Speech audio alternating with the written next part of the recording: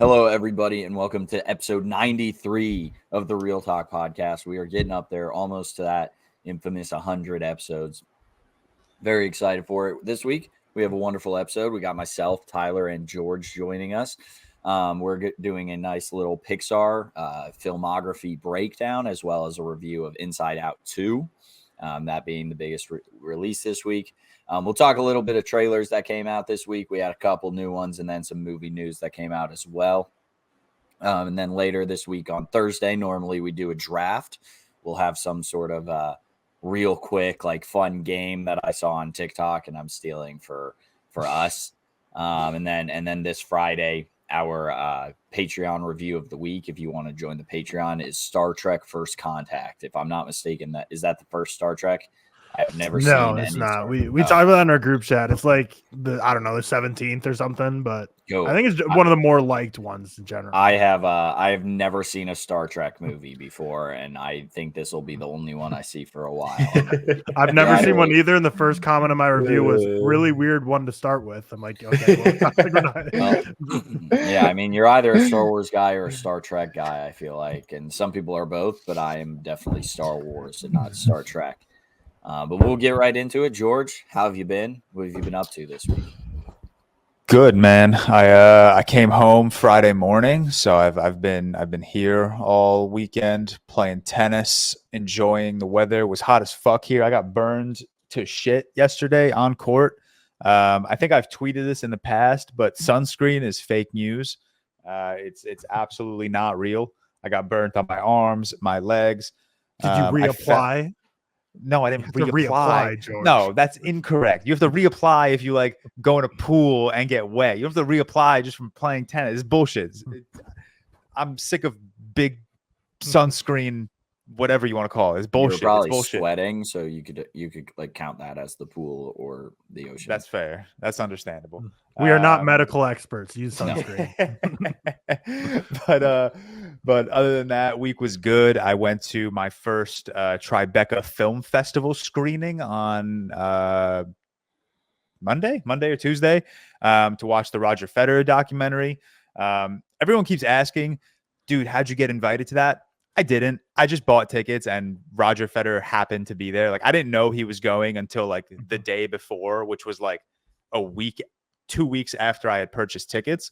So once I found out he was going to be there, I left work earlier than I would have to get online because the seating is just first come, first serve. So if you're on the front of the line, you pretty much get like first picks of where you want to sit.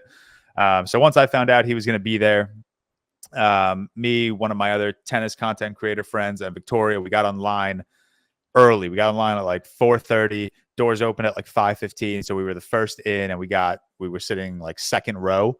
So it was pretty cool. He was like right there. Obviously, my favorite athlete ever. So real cool, real fun, surreal experience. Documentary was great. It made me cry.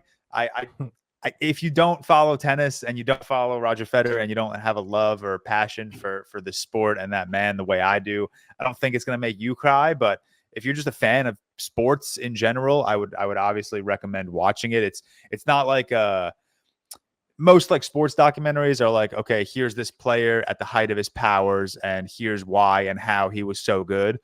This documentary is, here's one of the greatest athletes of all time, an icon, a legend, in the final week of his career. So he sucks. He's losing matches. He's really injured. It's a very interesting look. It doesn't make like Roger Federer look good at tennis because they're just replaying all of his shitty matches because he was not good at the end of his career. But it's an interesting look at like the how, I don't know, I guess like the psyche of a legend and like as his career comes to an end. So it was really good. I had a really good time with it. Obviously, there was a Q&A at the end with the two directors. Not familiar with them. They've done other like sports documentaries that I haven't watched, but they did a good job with this one. It was supposed to be just like home videos that Roger wanted to show his kids when they were older. He never wanted like the public to see any of this. He never wanted this to like be released to Prime or whatever. Then they decided to release it, and initially it was supposed to be a short film. But then they turned it into a feature film. So pretty cool that it pretty much went from I was never supposed to see this to I love this. But that was it. That's my week. Nothing really in between that and the weekend, just work and bullshit. Good. Very fun. Sounds like a good week. And we are planning like before the recording. Obviously, my Wi-Fi is going to cut out at some point.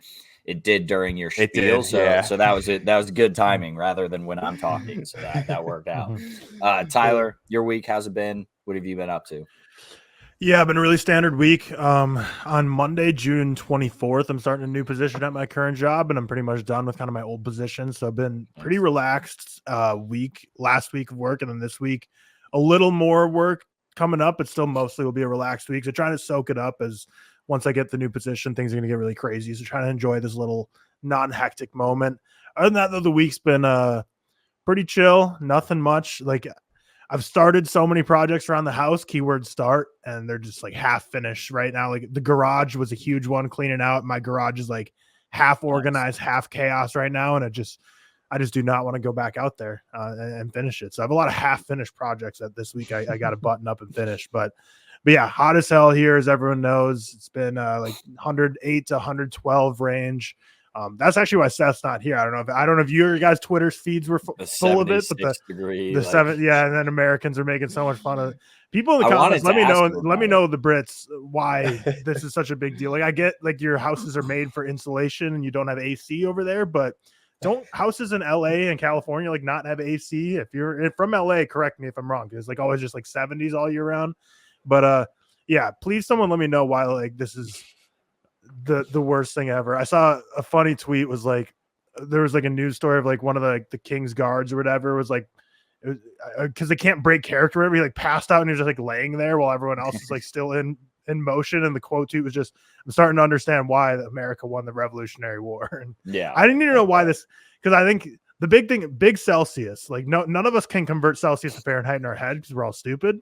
So I think we finally, for the first time ever, it seems like started doing the math. Someone put it in a converter and they're like, wait a second, this heat wave's this isn't adding up here. 26 degrees Celsius, which is like room temperature here or something like that, like 75 or something like that. So please explain why this is such a big deal. But yeah, no, that's actually, of course, not the reason he's not here. But yeah, happy Father's Day to all the fathers. Cam, shout out you. You're father of one, soon to be two.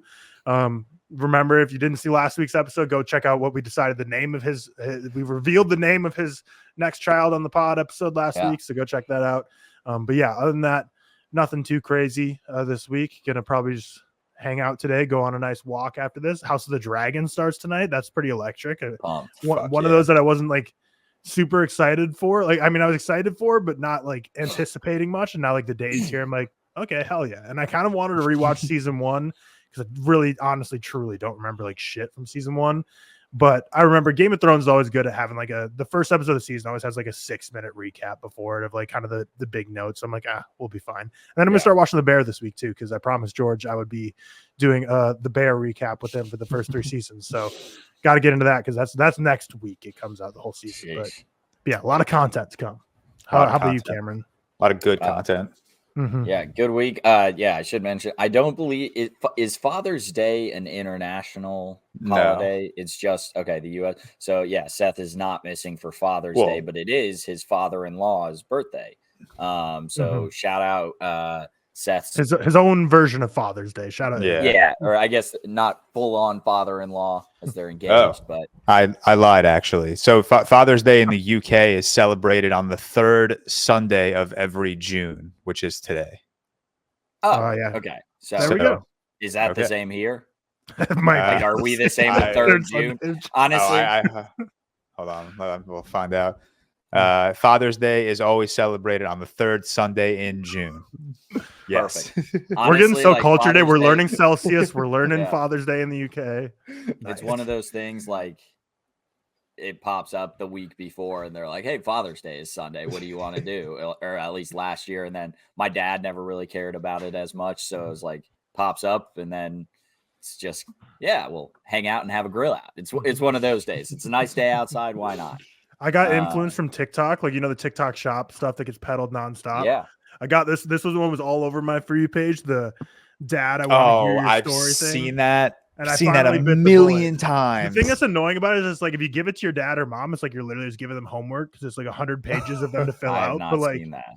it's like a book of just like prompts for like there's one for your mom and dad, and like to talk about like their childhood, them growing up, like things they learned.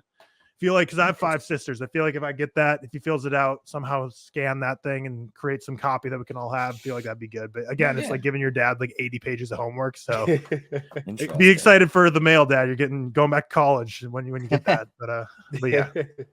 Yeah. But Seth, enjoy Anna's dad's birthday. Hope that's all fun. Stay cool.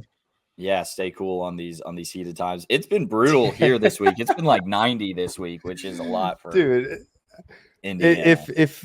If these British folk are complaining about like 75-degree weather, the New York City subway system would kill them. It is consistently 100 degrees underground every day. To the point where I've started bringing extra shirts to work because there are days where I get to work and I'm so sweaty.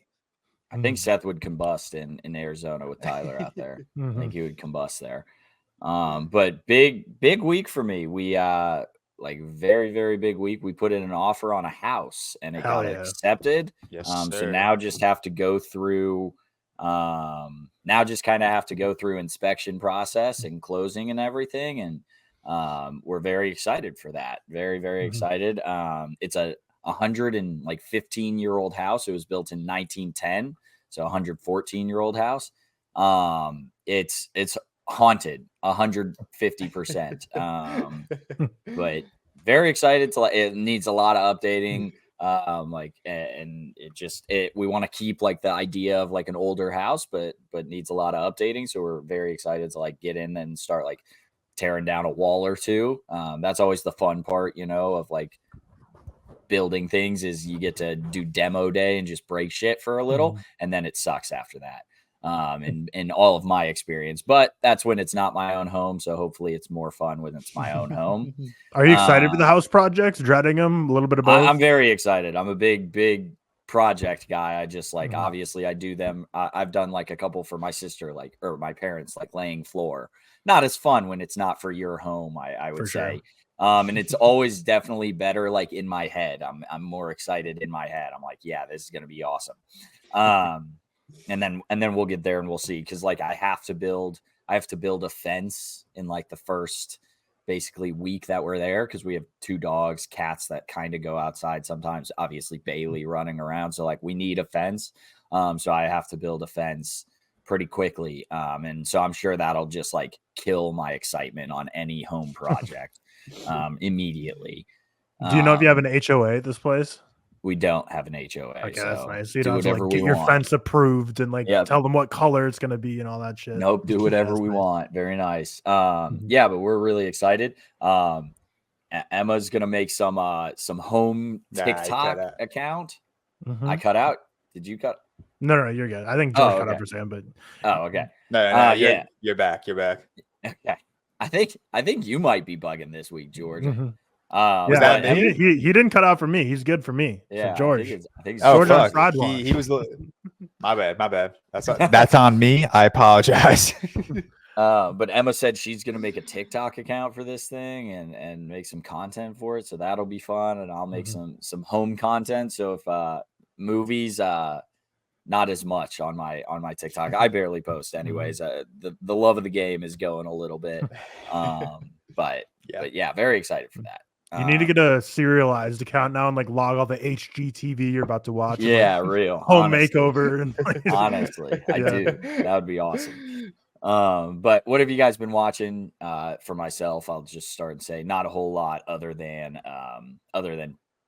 Inside Out 2 this week. I think I rewatched Hitman. I watched the Under Paris, which stunk. It's the shark movie Under Paris. Genetically mutated sharks because of pollution, that sort of thing. It sucks. And I think that's about it. So George, what have you been watching? Not a whole lot either. Mostly Pixar rewatches. Obviously, I checked off like Up and Toy Story 4 and Lightyear and Inside Out, and then got around to Inside Out 2. I watched this old like Bill Murray summer camp movie called Meatballs. I don't know. I've been in like a big like summer camp, high school vibe kick. I don't know, maybe like just because of the summer energy that's approaching us. That's just kind of like what I want to be watching. I watched Zach and Miri make a porno, which apparently is insane that I've never seen that up until now. I got a lot of DMs saying, dude, no way you haven't seen this movie yet. I don't think I have either, yeah, it's like, it's fine. It's like a very standard rom-com. Like it's fine. Funny for sure. But fine. Rewatched Oppie, Federer final 12 final days, as I mentioned. And then, God, huge, massive rewatch week. I'm sorry, guys. I know you expect me to watch a bunch of new movies. Sometimes it's just not going to happen. So I rewatched Nope and I rewatched Crooklyn, both of which I elevated from a 4.5 to a 5-star. Dude, Nope is so good. Nope is so fucking good. Like, I was watching it with Victoria and I looked at her like at least 12 times and I was just like, this is insane. Like, this is insane filmmaking. Like the scene when like the UFO is above the house and it's about to start raining blood and you're inside the house with Keke Palmer and the other dude, Angel, and all you see is like blood dripping down the window. I'm like, dude, this is good filmmaking. Like, this is good horror awareness right here. It's so good. And then Crooklyn, I mean, you guys listening, tell me in the comment section, but if I'm out of my mind, I think Crooklyn is Spike Lee's best, which might be crazy because obviously he's done like Do the Right Thing. He's done Black Klansman. He's done Malcolm X. He's done Inside Man. He's done a lot of fantastic movies. Crooklyn is his best. Crooklyn gets such an insane wave of emotion out of me. It is, I don't know how to describe it. It is such like an effortlessly thoughtful look at just life in Brooklyn. Like, that's it. That's the plot. Like, it's just life. The hardships, the loving moments, parents arguing, siblings arguing, all of them loving each other around a dinner table. These kids just having a good time playing like in the sprinklers, in the fire hydrants in the streets of Brooklyn. It's so good. It's so tender. It's so dreadful at times. But I think it's better than Do the Right Thing. I would rather watch Crooklyn any day over any other Spike Lee film, which not a knock on any of his other films. This is more of like a credit to how good Crooklyn is in my mind. But that's it. That's all I really watched. We'll talk Inside Out too in a little bit. Yeah, you've always been in on Nope too, because I was, when you logged it, I was like playing 2K with the movie boys, and Sammy J Reacts was like, oh, George has finally seen the light on Nope. And then I looked at your previous logs, like he was always at a 4.5. So I think they kind everyone of said the 5-star that was like you went from like a 3 to a 5, but no. Even someone commented on my review. Someone was like, what did he say? Oh, someone was like, bro did a full 180 on this film. And I'm like, what do you mean? I've always had it at a 4.5. Like, it's not like this isn't like a Top Gun Maverick situation where I was at like a high 3.5, low 4, and now I think it's the greatest movie ever. Right. This was always like one of my favorites of 22, and just one of my favorites. I wouldn't say ever, actually. Now it's one of my favorites ever. Now that I've rewatched it, and I even tweeted, which I guess is Jordan Peele has this pull on Twitter, because I sent 3 tweets about Nope, and all 3 of them did like numbers in like likes and shares. And I'm like, what is Jordan Peele doing to people that this is the engagement I get? But one of the tweets was, what if I said Nope was Jordan Peele's best? And like, I expected that to be like an insanely controversial take. I expected to get absolutely shredded. Majority of the comments, like, yeah, dude, obviously, what are you talking about? And I was like, wow, okay, I guess I guess I'm late to the party here. My bad, guys. No, I don't know what I have it logged at. I see a 3.5 or a 4, but I've been excited to rewatch it. I've been inkling to your rewatch kind of made me want to as well. And it was on Patreon, we have people recommend movies to us review every week, and then we put it in a poll on our Discord. And Nope got second place this last week to Star Trek First Contact. I would not be mad if Nope gets first place this upcoming week, because I would love to rewatch it and talk it on the Patreon exclusive episode. But yeah, for me, what I've been watching. Been watching a ton of Pixar to prep for this episode, but beyond that, still planning on watching a bunch of Linklater, even though we're kind of past with our Linklater episode. But I watched Bernie. I love Jack Black and Richard Linklater movies. Obviously, everyone knows School of Rock, but I think he's so great in Bernie too. Matthew McConaughey's in it as well. Like, he obviously was first in Dazed and Confused, but wish he was in it a lot more. But it's also like the 5th movie I feel like McConaughey plays a lawyer. Like, that's just his shtick, I guess. Rewatch Paris, Texas. Later this month, I'm going to be doing an episode on Perfect Days and Wings of Desire with Marta on her podcast. So shout out her. Go check out her podcast. Seth's been on a couple times. I think all of us at one point will be on it one time or another. I don't know when my episode comes out. I know she schedules stuff like crazy far in advance, but dude, yeah, I recorded with her in like April, and my episode comes out in July. Right. So I don't know when mine's going to come out, but Yeah. rewatch Paris, Texas to prep. And then I'm going to rewatch Perfect Days eventually, which I already know like is going to be a 5-star rewatch. It was like such a high 4.5 on first watch for me. And I know there's nowhere that movie's going to go but up. But I'm excited to talk that movie on her podcast. But then beyond that, watch The Big Chill, because I think like, so how I obviously have my Letterboxd watch list, which I actually look at like 0% of my life. I never look at my Letterboxd watch list, but I have a spreadsheet that I plan out my weeks with each week. And I usually throw in like 15 movies to the spreadsheet each week of like what's my like actual near-term watch list. And this one's been hanging out in there, The Big Chill, for a while, ever since I posted like best vibe movies or hangout movies or something like that. And then a couple people replied with this movie. So I'm like, all right, I'll put it on my radar. Jeff Goldblum, just insane aura in every movie he's ever in. But beyond that, it was a fine movie. It was like a 3-star, nothing too crazy, but it was whatever. And then I also watched It's Impossible to Learn to Plow by Reading Books. Again, just kind of still going through these Linklater films, even though we're a week delayed, which, you know what, I like Linklater, so I'm going to keep going through it. And then Star Trek First Contact, which will be on Friday. And yeah, other than that, not a whole lot. Watched City of God for the first time, but that was for our Patreon exclusive review last week that Seth and I did. But obviously that movie's phenomenal. I feel like that just goes without saying. I was torn between a 5 and a 4.5. I feel like for me at this point in my movie reviewing stage, it's like it's gonna be hard for a movie to get 5 on first watch. But I was gonna go 5 just to put in the collection. But then during the review, Seth said no, he's personally moving it down to 4.5 just because he doesn't think about it as much as he used to. So I was like, okay, that takes the pressure off. So I threw out the 4.5. But a lot of people are commenting on my review saying like, damn shame, like this should be in the collection. And like the only reason I would have, if it was down to me for the collection, I would have probably given the 5, even though I'm like more close to 4.5, because like I think it'd be a great film for the ReelTok collection. But because Seth said he was also lower down, I felt better about myself not giving it a 5. But still a great film. I'm sure I'll revisit it at one point. But once again, yeah, that's kind of George and Cam, only guys knowing ball. Once again, yeah, 5 stars. Only guys knowing ball, you two. And then yeah, but we did a good review on that on the Patreon exclusive a couple days ago. So yeah, that's kind of all I've been watching. Good. Been watching Love Island UK also, the new season. Shout out K Meeks. I know he's a big fan. Yeah, Jesus. All right. Like I said, didn't watch anything other than what I mentioned earlier. But I will say I watched Star Wars, just the New Hope recently, and it's so fucking good. I love it. Needed a bit of a refresher after the Acolyte, but we'll be talking the Acolyte in depth whenever it ends. Myself, George, and some guests, possibly Alex and Sammy, are normally pretty okay with coming on and just chit chatting, but needed a little bit of a palate cleanse after it. So watched A New Hope, and big fan, good movie. Now we will move on to Inside Out 2. Inside Out obviously being one of the better Pixar films for a lot of us. Inside Out 2. Its sequel. So the synopsis is pretty simple. Joy, sadness, anger, fear, and disgust have been running a successful operation by all accounts. However, when anxiety shows up, they aren't sure how to feel. Starring Amy Poehler and a bunch of people. Ayo Edebiri, Maya Hawke is in this one as anxiety.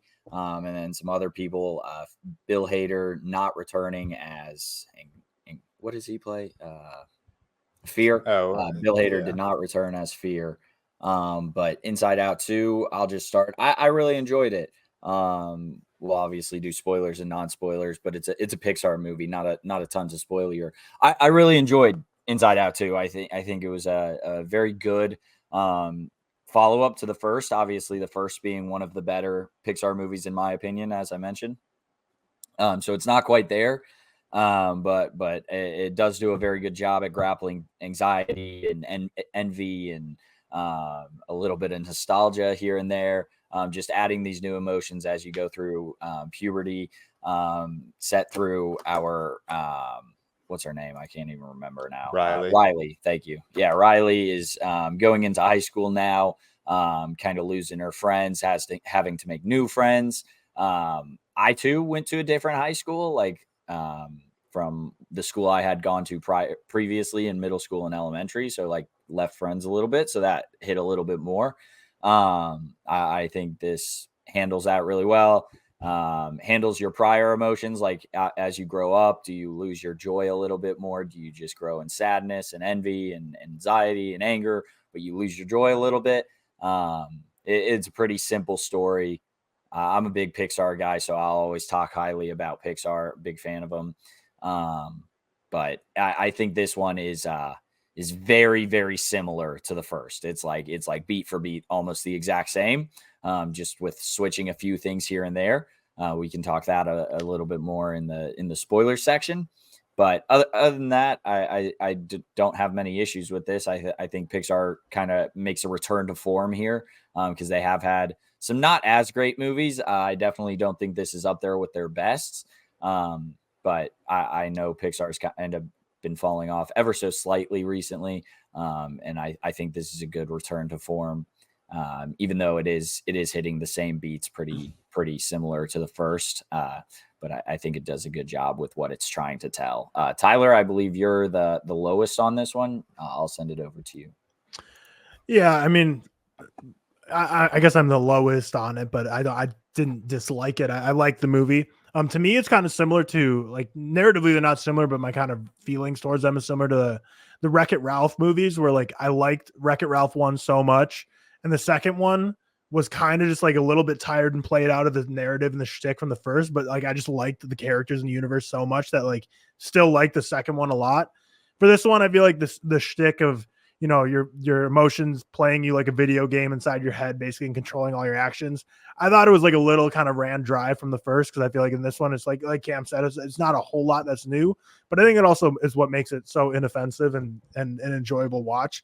At this point, you know, Riley's now at a hockey camp, very competitive, and it just kind of shows her at a different stage of life, growing up a little bit older. She's not a fan of the boy band she was when she was a kid, and just starting to grow through that. And that's obviously such like a tough thing. Like every kid kind of goes through at one point or another, where, you know, the TV show you loved, or like the Nickelodeon or Disney Channel TV show you loved, or like the pop artists you really liked, like all of a sudden it's no longer cool to like them or be a fan of them, and you have to act like you don't like them. And then sports too, like you start out just playing sports in the backyard with your friends and having a great time with it. Now all of a sudden you're like competing for tryouts and a travel team and a competitive league, and things get so much more stressful and anxiety filled.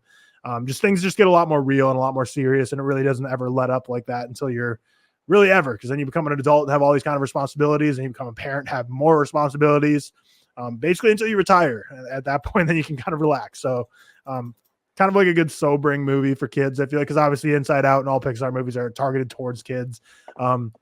Just to realize, like, you know, not everything's all peachy, not everything's all amazing. You're going to have bumps in your life, and things aren't always going to be just joyful and amazing. And, you know, we get another realistic depiction of a panic attack. So those keep being collected like Infinity Stones in animated movies these days. But I liked it. I give it a 3-star. What are the other ones? I saw your review on that, and I can't think of any of the other Puss ones. in Boots. Puss in Boots. Okay, yeah. Puss in Boots, and there's at least 2 others that aren't escaping me. So that's why I was like, someone needs to make a list, because then I saw someone tweet that like got a lot of engagement of, like, maybe it was Alex or something who tweeted, or maybe Sammy. It was like Oppie meme of like Puss in Boots look like starting the trend of like having realistic anxiety attacks in movies, but they're not anything that's super new. I feel like they just, more people talk about them now, because like Iron Man 3 was like filled with like him having like anxiety attacks and stuff. So it's not like it's like a new thing, but I think ever since Puss in Boots: The Last Wish, we've had like an uptick in terms of seeing stuff like that. But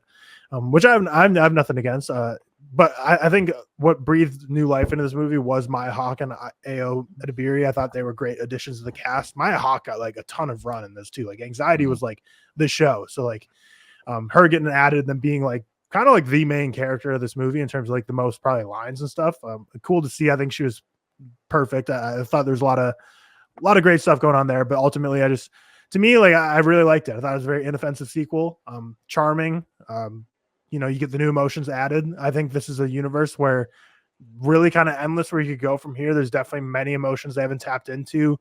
You could go, you know, and she's not quite at like high. I think I don't know what technically is. She's 13 in this, or She's 13 on the dot. 13. So I mean, 13th birthday, if I'm not mistaken. From going 13 to 18, like those years alone are already like just insane amount of transformations emotionally, mentally, and maturity wise that you could play with. So this movie's doing incredibly well at the box office.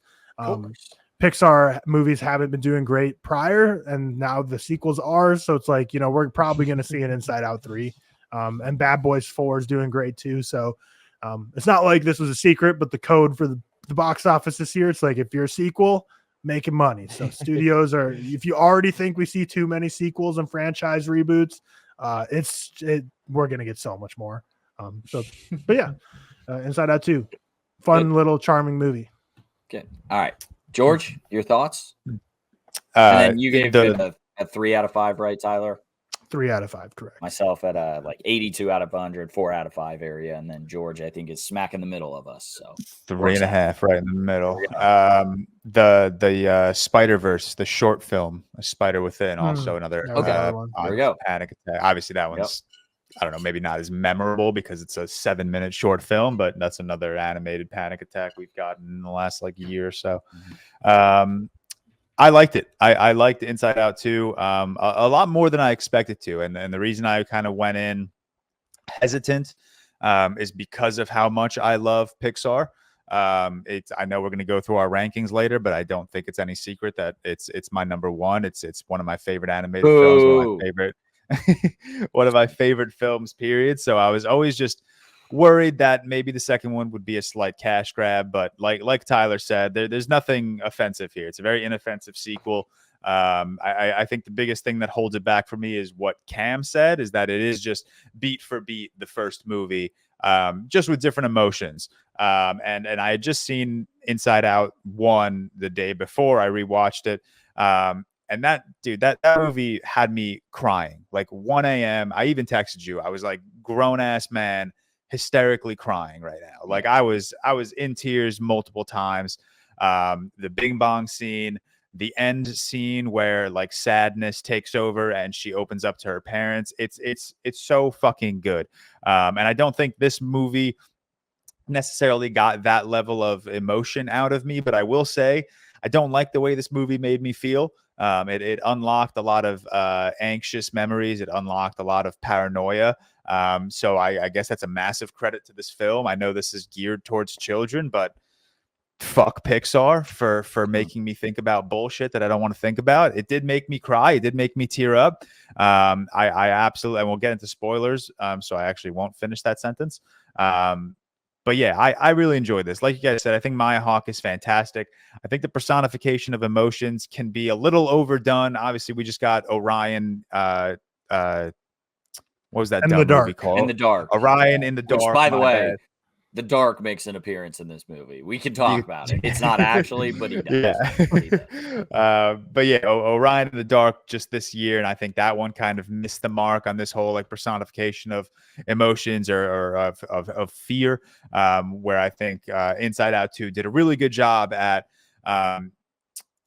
I guess translating anxiety to a crowd of children, but also making it slightly impactful for like adults who are well past their puberty age. Because like Tyler said, we don't relax until retirement. We go through beats of life that just absolutely shred us down, tear us apart, make us anxious. Pretty much the second we start having responsibility at the age of like, I don't know, 13, when you start giving a fuck about like sports teams and boy bands, and then you get to college and you graduate college and you have full-time jobs and kids and blah, blah, blah. So I think from that POV, this movie did a really good job at just feeling impactful, but not quite on the level of Inside Out, which like, I don't know, like on its surface, Inside Out 2 should destroy me way more than Inside Out 1. I think it's just like, you've seen this before. Like you've seen the ideas before. I think that's a lot of it. Like before Inside Out, you hadn't.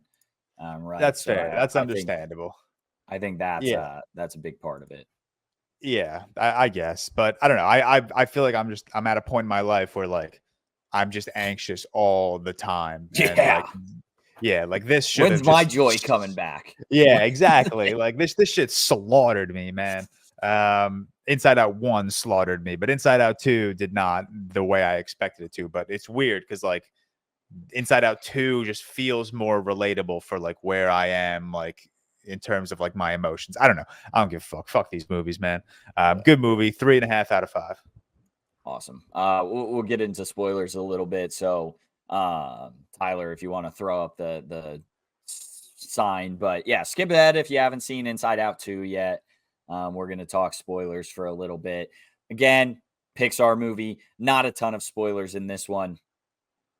Just you could probably predict the plot, but basically, as mentioned in the synopsis and just talking about it, Riley, 13-year-old girl going through puberty, gets all these new emotions: ennui, envy, anxiety. What is the other? Embarrassment, and then nostalgia. So a bunch of new emotions come in. Basically, anxiety is not necessarily a villain. But kind of the villain of this film, like trying to prepare for every step of the way, every step that could come from Riley, every little bit, like preparing for the future. Basically, what your anxiety does now, like you think of a million different wrong scenarios, right? And then kicks out the old emotions, that being joy, fear, anger, sadness, and disgust. Kicks them all out. Basically, they get sent to emotion prison or whatever, where she keeps all her deep dark secrets. What was the little like cartoon's name? I gotta look him up now. Was that John Mulaney who voiced him? I have no idea. Was it actually? If it was, that's very funny.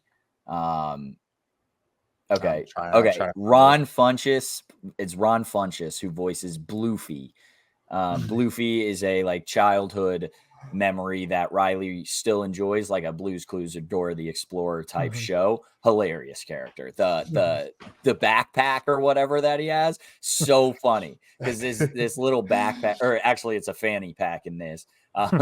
He basically lists like 2 useless objects, and then the third object is just dynamite every time, and that made me laugh. That was very funny, just every time. And then at one point, Anger just starts like ripping dynamite out of the animated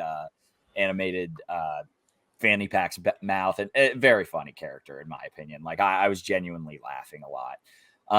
So that they go to the old secrets, and then they basically have to, or I guess. What was not mentioned is this movie not necessarily about finding your emotion. It's about finding like who you believe you are, right? So Riley spends her time believing that she's a good person and a good friend, nice to people, loves her family, that sort of thing. And that's like her belief in herself. And then with anxiety, starts believing anxiety kind of takes out the belief that she's good. And a nice person and all of this, and starts believing that she's maybe not good enough, or not strong enough, or whatever it may be. I can't remember exactly, but that's the idea of the movie, is instead of like getting your emotions, it's who you believe in yourself. So they basically have to go on an adventure through her mind to find her beliefs that anxiety threw out, and that's why I say it's basically a retread of the first. Instead of in this movie, they send sadness back to, we'll say, base camp to like help them return. And then this time it's joy, disgust, anger, and fear all going on an adventure. So basically the exact same thing, except the opposite characters in it, honestly.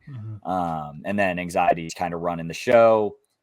Riley has a group of friends that are not going to the same high school as her. So Riley tries to make new friends by basically abandoning her old friends during this hockey camp. And then it's just kind of a look into what anxiety does to you and makes you act like a different person. I think you guys have mentioned, like, she had a boy band that she really liked, but she has to act like she doesn't like them anymore because these older girls are making fun of that band. Those sort of things. Everyone's done it. This movie's not going to get you to stop doing it, but everyone's been like, yeah, I don't actually like that thing, just to fit in a little bit. Do you guys remember anything for examples for that? For if there's anything at any point in your life where like you still liked it, but maybe it wasn't necessarily cool to like it anymore, so you had to act like you didn't like it anymore? I watched SpongeBob like real late. I was still watching SpongeBob in high school. I wasn't too ashamed of that though, because SpongeBob's great. Yeah, I did a Danny Phantom rewatch like my senior year of high school, and I got shredded for that. I would say like I was a lot less open about like how much I love superhero movies than I am now. I feel like in high school because like it was not as cool. But I still had a group of friends that would go like watch like a Star Wars or a superhero movie with me. So I can't think of anything at this exact moment, but definitely I'm trying to think of like Definitely musical examples. Like I don't know if I had a band that I was like embarrassed to like. I think maybe growing up, like Nickelodeon was the cooler of the two networks to watch. I think I like Disney Channel a little more. Maybe I think I like, but also I still love Nickelodeon too. Like Drake and Josh and Ned's Declassified were my shit. But I think I like Disney Channel more than the average person. But I feel like Nickelodeon was a cool network, or Cartoon Network was a cool network. But Disney Channel was a lame one for boys to watch. But Sweet Life of Zack and Cody ripped. I'm sorry. It did. It was crazy. It was good. Sweet Life on Deck was awesome. Yeah. I was a big a lot of these things that I'm thinking of were after my like freshman year. Maybe I've like blocked out my freshman year because like I said, I went to a different like school district, so I had to make a bunch of new friends. I had a couple that went there as well. But I was big into One Direction, but I made that known. I was a fan of One Direction in high school. I still am. Good music, good tunes. Yeah. Going back to the Inside Out too, though, if you were trying out for a sports team and like you had like the coach's journal was obviously like a big thing in this movie. It was the emotions deciding like, do you look inside, do you not? And it was building her anxiety, knowing that the coach has his journal of all the scouting report on her and what she thinks and if she's going to make the team or not. For you guys, for sports, if you're 13 and you knew your coach had like a journal about what's good about you, what's bad about you, if you're making the team or not, and you knew it was just unattended there, and you had a for sure safe window to go in and open it and read it, would you have? Yes. No. Yes. 100%. Interesting. No, for which sport? Tennis or something else? And the only thing that matters to teenagers in like middle school and high school is like your sports team, your theater performance, and barely your education. Like this is one of like the biggest parts of Riley's life is how she performs on the ice. It determines like who she's friends with. It determines if the cool kids want to hang out with her. It determines if she's even going to be on the team or not. Her talent in hockey is like the biggest part of her life at this moment in time. Yeah. I'm trying to find that immediately to see if I suck or not. Yeah, 100%. Yeah, I don't know if I would. So like my two sports at that time were like baseball and football at that age. And baseball, not to be cocky, I felt like I was like confident enough in being good that I wouldn't really expect the coach to like say like I suck, because I felt like I was always like the better one on the team. Whereas like flip side, football, I really didn't care much about. Like I played it and liked it, but like I was not anything special, and I knew that. So like I don't think I would have cared to look for football either, because I'd be like, yeah, it probably says I suck and I'm going to be JV or backup on varsity or JV. Like nothing would surprise me there. So I don't know. I feel like it would just make me feel too icky, like reading a book without knowing. I feel like I probably would. And I was like the like most biggest, craziest goody two shoes in the world as a kid. And I was always friends with kids older than me. So similar to like Riley's experience of going to a different school, mine was a little opposite, where like I was like just friends with people older than me. So like when I was a senior in high school, like all my friends were gone and in college, but like they would all be like 18 when I was still like 16. So like they didn't have curfews anymore, but I did. So they would go into like Perkins past like midnight, and I would literally just like hide in the car, and I'd be like, I'm not going, I'm not getting a ticket, man. I'm 16. I can't be out past midnight and get curfew. So I think it was way too big of a goody two shoes to ever do anything like steal my coach's journal. But I can see why someone would, and like especially, I never got to the point like Riley where she was like traveling across the country on like competitive teams. So I can see why that might be a little different, but I probably wouldn't have done that. I'll be honest. I think this is a little early to be getting the anxiety train. Maybe not for people. Like I definitely had anxiety. I was going to bring that up, and I wondered if that was a crazy take. So I was like, it's 13. I don't think it's a crazy take. I just at that age, I don't think you realize what anxiety is. Yeah, I don't think you realize the stress you go through is anxiety. You just think it's like a social norm to probably like. That's fair. That's try to find your friend group or whatever. Like I think it's a thing. I just don't think Riley understands what it is. At 13, I liked myself a whole lot more than I do now. For sure. For sure. For sure. No doubt. But yeah, back into it. Just basically her trying to make this hockey team right, and the coach has a journal. She reads the journal. It says not good enough. Her anxiety starts taking over, and basically has a full on anxiety attack, which I thought was animated really fun in this movie. Basically, the anxiety attacking the entire control panel that they have. That's fun. Going crazy and just she's losing her mind, right? Not passing in hockey because the girl she likes or the girl she looks up to had 2 goals in the first like opening scrimmage. She wants to get 3 to make the team no matter what kind of thing, but she refuses to pass. Ends up hurting her friend who's on the other team, or her old friend. And that's kind of where the movie comes full circle, having an anxiety attack. They can't break free of this, and then all the emotions come together, right? It's a very Pixar ending, obviously. And now now she's good because she's learned to balance her emotions. She doesn't have to be because it starts off the movie is like she's the best. She's top athlete, top student, this, and this.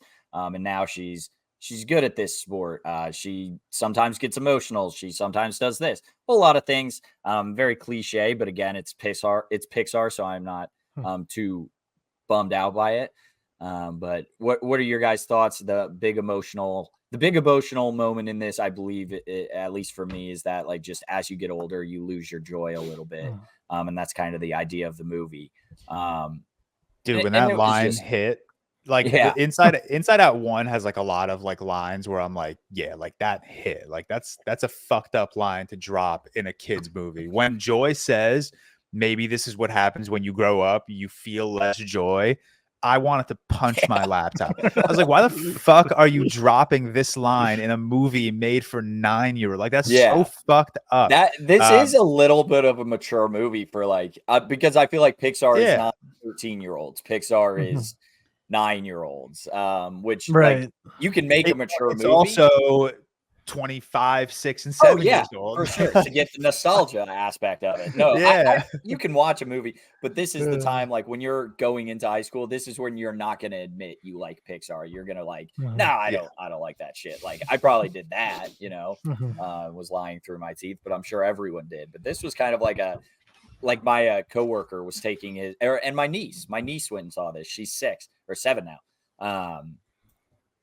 She's I don't know. I'm gonna see how she liked it. I'm gonna see how. Yeah, I wonder if it like goes over their head still, and where it's like, because I know for sure like the opening of Up is like the most like for sure like I knew as a kid like most kids don't like fully process what is all going on during that. Whereas like this, I feel like is more blatant of like kids are probably understanding, but still like I don't know how much of they're grasping, but I mean, it's like something kids should know because like it's like most Pixar movies are like, I mean, and this still ends with like a big happy climactic. She overcomes her anxiety. She gets back in the hockey game, does very well.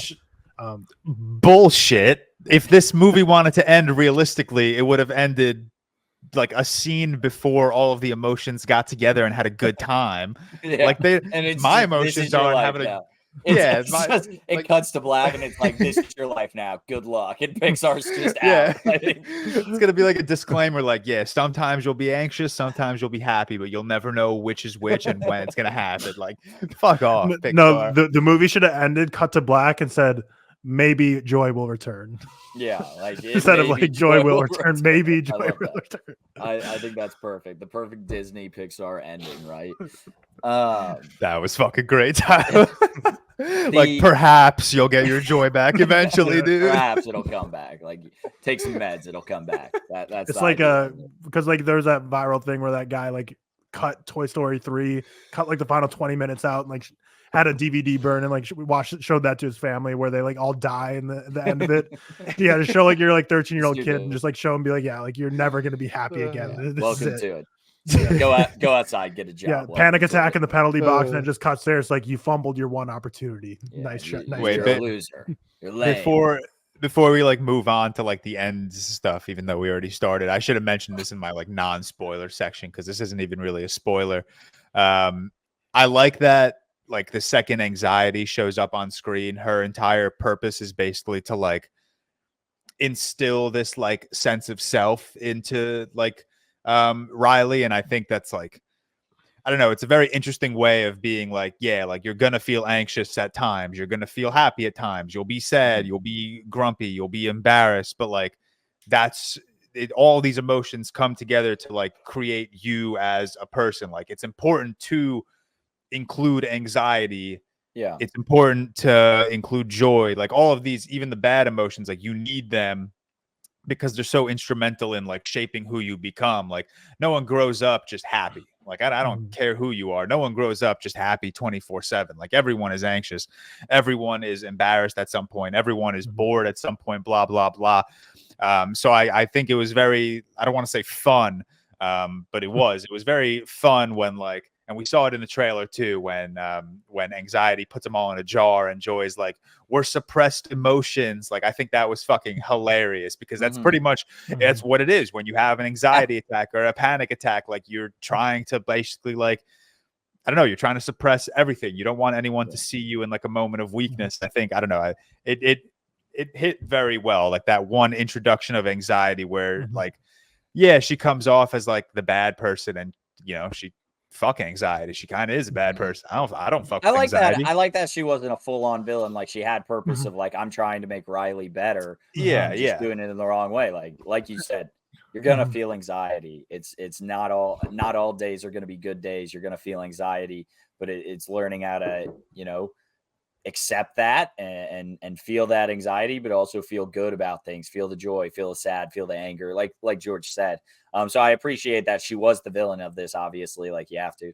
But like at the end, it wasn't her still being the villain. It's her learning, hey, we're gonna have this and we're gonna feel this. To the jar point, at one moment, the funniest line in this movie, in my opinion, or a line that made me laugh, was Fear, I believe it is, basically says, he's like, today I've been put in a jar more times than I've ever been put in a jar in my life. And I thought that was very funny because it's just like such a, you're never going to get put in a jar, obviously, situation, but it just made me laugh. I don't know why.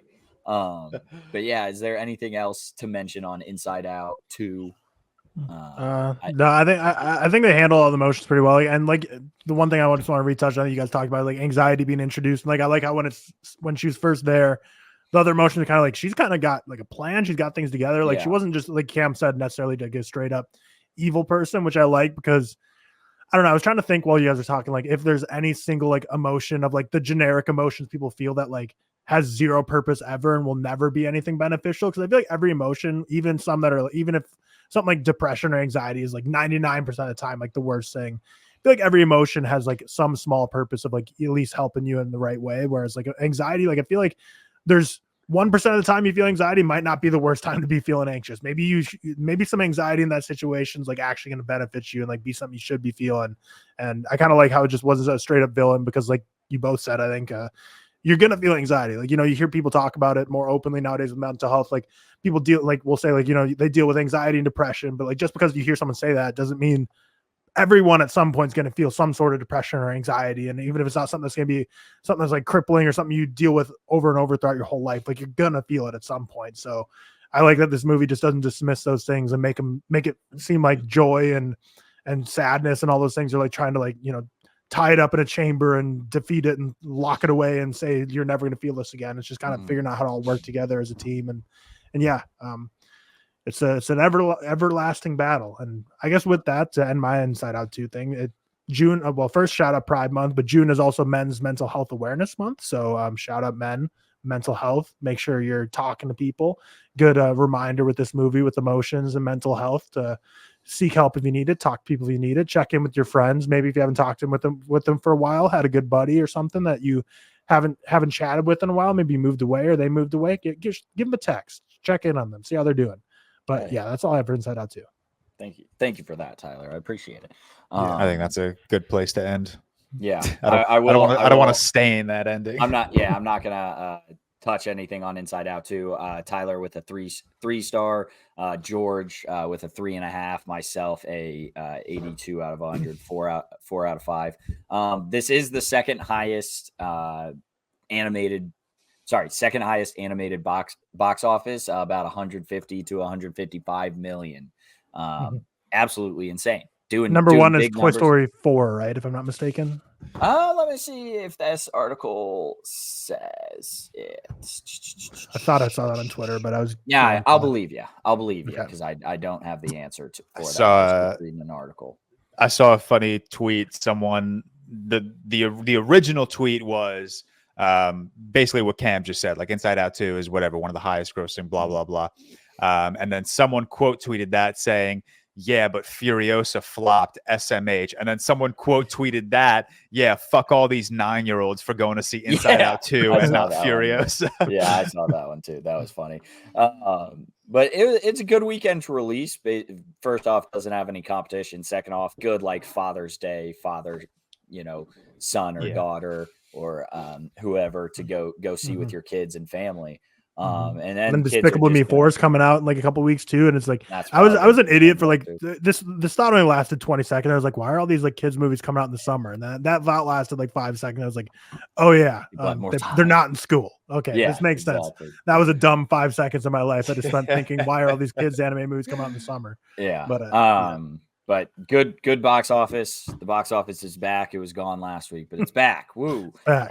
It'll probably. I'm guessing this will surpass Dune for the highest grossing movie of the year. I would have to assume. Yeah. I don't know if it'll make the billion number, but it gets I think it's 800 million would be needed to surpass Dune. 750 I think is where Dune is. So I think it will. The animated movies don't always have like the legs of other movies, like because you don't really have word of mouth within the kids. I feel like it's just like kids are gonna freak out and want to go first weekend. And let me tell you, my theater was booming this weekend for Inside Out 2. It was good to see. I like to see people at the theater. But we'll move on from there. Move on to our Pixar filmography. Just run through. Let me pull up the Wikipedia, but we'll run through the. Yeah, I figured we could just touch on each movie like real quick, like not going deep into them whatsoever. Just real quick on each movie, and then we'll do a top 10 favorite Pixar, which we have done before, but it's been a long time. And I know George has rewatched a ton. I've watched a few since then, and ratings have probably changed. And then we'll do a bottom 5 worst Pixar. So, dude, my ranking's changing right now. Like, I want to bump up Inside Out 2 to a 4-star, honestly, after talking about it. I moved mine around a lot while we were talking because I mean, like, I know myself. I know I hold animated movies highly, but I had I think my top 20 were 4.5 out of 5s. And I was like, all right, maybe we shouldn't have hold it that, or sorry, 4 out of 5s. My top 20 were. So I moved a couple down because I don't think about a lot of these. And maybe on first watch, I was real high on them. But yeah, like Tyler said, first one, Toy Story, what started us off, and fuck, they started us off with a banger. Shout out the Toy Story franchise. I believe all 4 movies had a 100% on Rotten Tomatoes until Toy Story 2 had a published review that came out in 2001 or something was found, and it was actually negative. Wow. And so it dropped down to a 99. That could be completely fake lore, but I'm pretty confident on that one. Is at one point all 4 were 100% on Rotten Tomatoes. And not technically a Toy Story movie, but I'm confident Lightyear does not have 100% rating. No. And I honestly, so Toy Story 4 has a 97. Honestly, I may have known that fact when it was only 3 of them. So I know the first 3 were all 100 at one point, together. And then one review came out of Toy Story 2. Just with technology, you're going to get more reviews. And also people nowadays can become a verified critic just if they have a Letterboxd or a TikTok. And so things get wonky now. But Toy Story, banger movie.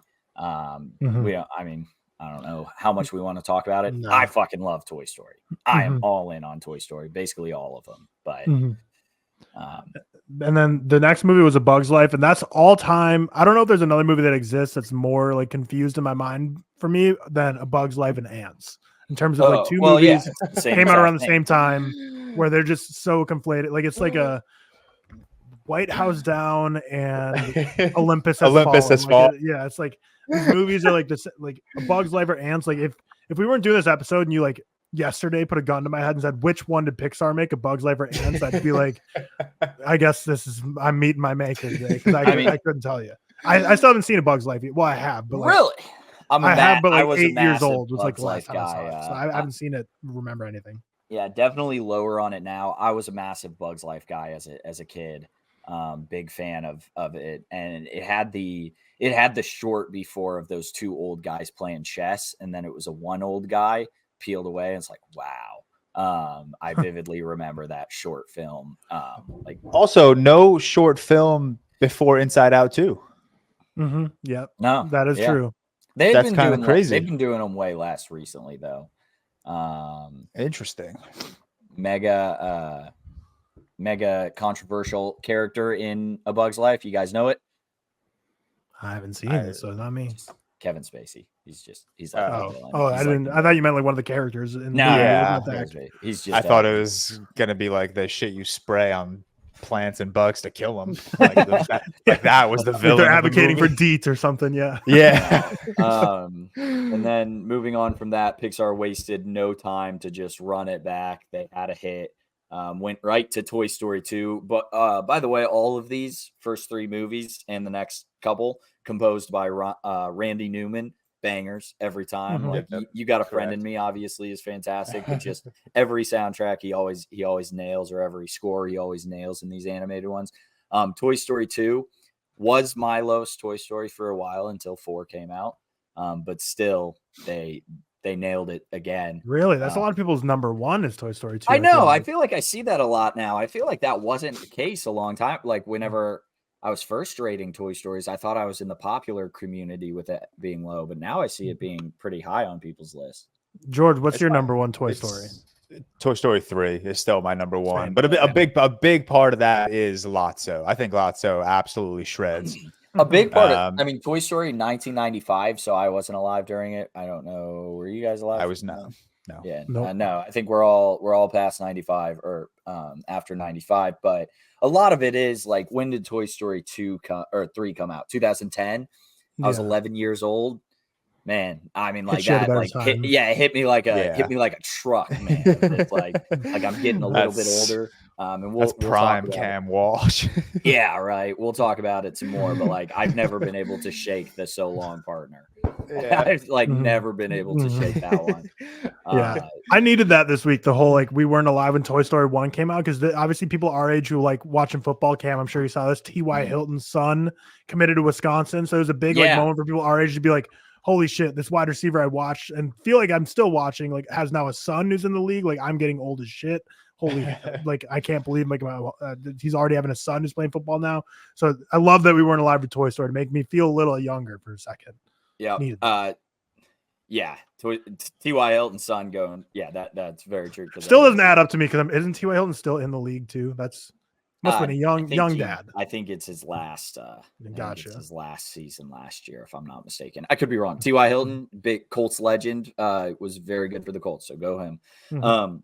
But then, Toy Story 2 has the best scene in any Pixar movie ever. It's I can't believe I have to drive all the way to work on a Saturday. All the way to work on a Saturday. And it's right across the street. It's just him driving across the street. Awesome scene. Very hilarious, of course.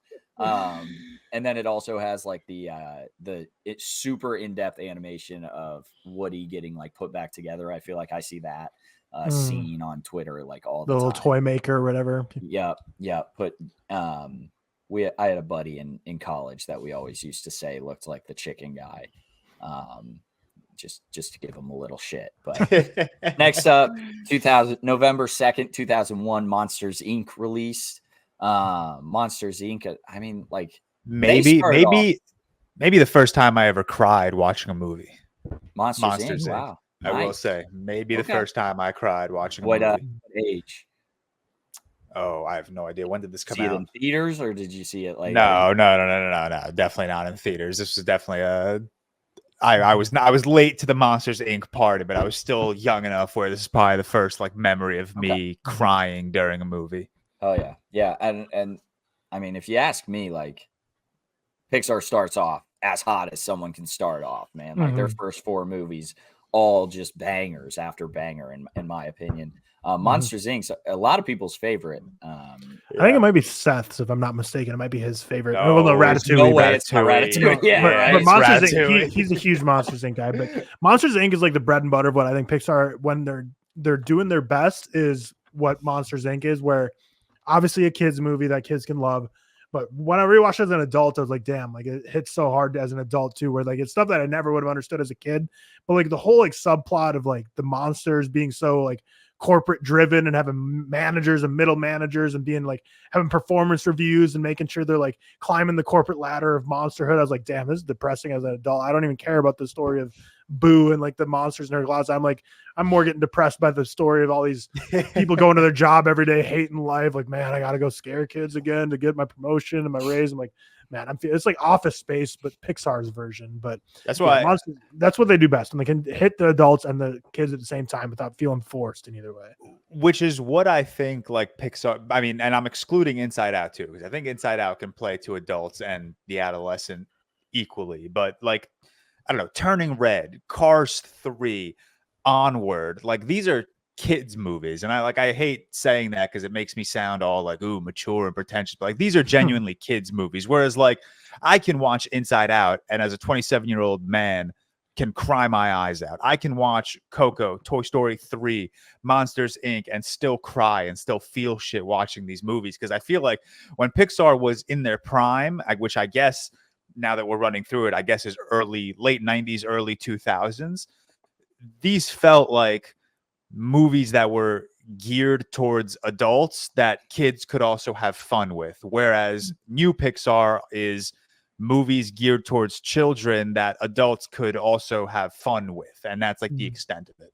Yeah, which so like that's rewatching rewatching like Toy Story 4, and I know it's a hot take, but like even rewatching Up, it like I didn't love these movies on rewatch, but it's making me appreciate like Inside Out and Coco and the Toy Story 1, 2, 3s significantly more. Didn't you also say Monsters Inc. on rewatch you didn't love as much, or am I mistaken? I included it in that tweet because I was gonna watch it after Toy Story 4, but I never ended up rewatching it. Mm-hmm. Fair enough. I pulled up the budgets and the gross for all of these, so I'm excited to talk those as well now. But up until this point, Monsters Inc. is leading the way on gross, 255 million, but gets blown out by the next movie, Finding Nemo. Missed opportunity to say blown out the water, dude. Blown out the water. Damn. Good pull.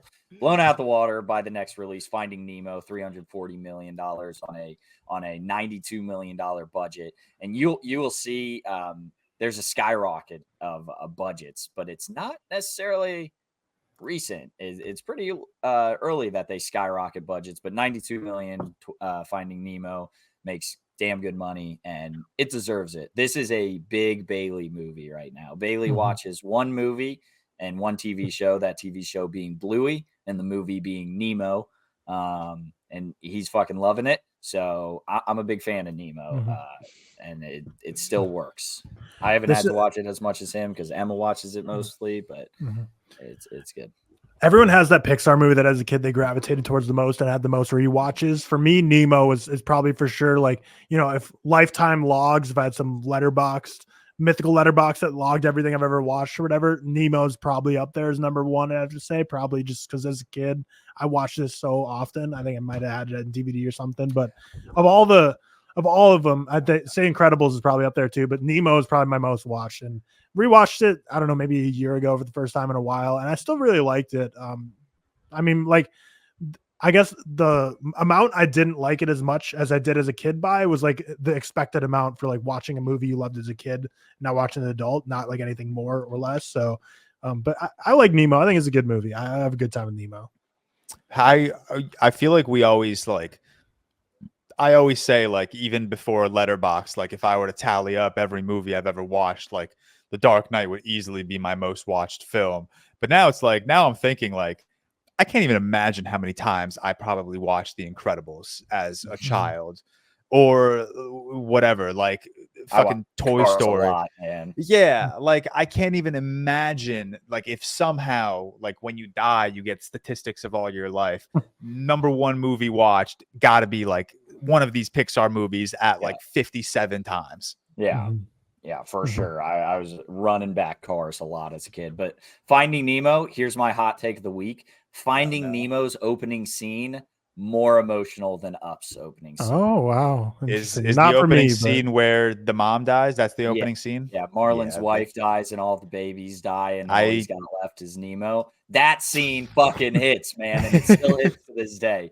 Fuck up. Fuck those old couple. That old couple. Finding Nemo greater than. I think your Carl hatred is out. It is, man. Yeah. It is. I'm anti it, but one of my favorite Cam Walsh TikToks is the Euphoria track. And you swipe and it's just a picture of Carl. Fuck Carl, man. It's a bum. Wait, was it Carl or Russell? Russell. Yeah, it was Russell. Carl's the old guy. Carl's the old guy. Get a job, Russell. Yeah. Get a job. Yeah, I'm a big Finding Nemo fan. And fishies, why are you sleeping? Still a great scene. I just threw my ring somewhere. I don't even know where it went. Great. Well, we'll get to it. But now that we're talking up, that Michael Giacchino score on that opening scene, though, dude. Hey, okay. So I didn't say this. I was at a wedding last night. They walked. Yeah. They walked. The bride walked down the aisle to the Up opening. That's kind of depressing. No. Prior to death, when they're happy. But that song hit, man. Like as soon as it started playing, I started looking around. A couple of my buddies looked around. But yeah, shout out Kate and Connor. I forgot to say it when we were doing How's the Week Been. Shout out them for getting married. Shout out Kate and Connor. Yeah. The Incredibles comes next, 2004, directed by Brad Bird. That's your goat. Yeah, that's your king. I love that, man. Made $261 million. This is actually Toy Story is a 5 out of 5. I was gonna say this is the first 5 out of 5 Pixar for me, but Toy Story is. So we're 6 movies deep. And they got 2 5 stars for myself. I love The Incredibles. It's obvious. I love superhero movies. I love how it flips itself on its head a little bit and makes fun of a lot of superhero movies. Like Guy saves. Also crazy that this dude was trying to kill himself in Mr. Incredible season. You could not throw that into a Pixar movie. That's one of those things like you can't throw into a movie these days. You know, woke culture. You can't have a man trying to kill himself at the start of a Pixar movie. Like, that's dark. That's dark as shit. Yeah. Right. The Incredibles. My boy Dash. He's the original, literally me character, and I'm going to explain this. I would be on the beach, 7-year-old George, and I'd be running on the sand, but where the water is like an inch deep. So that it felt like I was running on water, all because of Dash. That dude, absolute monster. Love Dash. Yeah. Even as an adult, The Incredibles is still so fun to me. Like the comedy of that might be my favorite of all the Pixar movies. Like even just the simple scenes of like the track at the very end with Dash and the whole family's like cheering him on to go fast and then like yelling at him to go slow. Like that kills me every time. What's the name of the freaking guy now? I can't remember the villain's name. Syndrome. Cool villain. Buddy.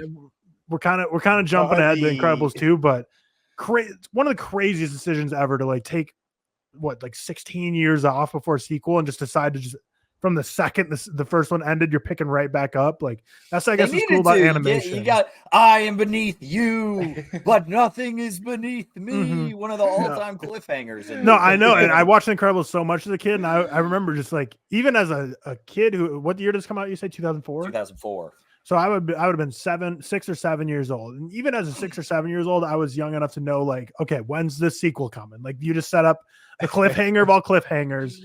And it took that long to get to it, which it's crazy that like 15 years or whatever. But I mean, like you said, it's literally like today, the cliffhanger of all cliffhangers. Yeah, if they made The Incredibles today, we'd get a sequel next year. And I respect that they didn't make one for 16 years. Yeah, but like Toy Story 2 came out before this, and like Toy Story 3 came out, Cars 2 comes out. Like, why did it take so long? That's like, I guess, did you say, was that number right when you said 260 million? So this didn't do that well then. On a $92 million budget. So well, compared to the other movies you were listing, it didn't sound like it did that well. So maybe that's why. Toy Story 2 and Monsters Inc. made around that much, and A Bug's Life and Toy Oh. Story only made about 200 million. Okay, never mind then. So yeah, Toy Story started off $30 million budget, and just did almost 200 million. So of course they're going to make sequels.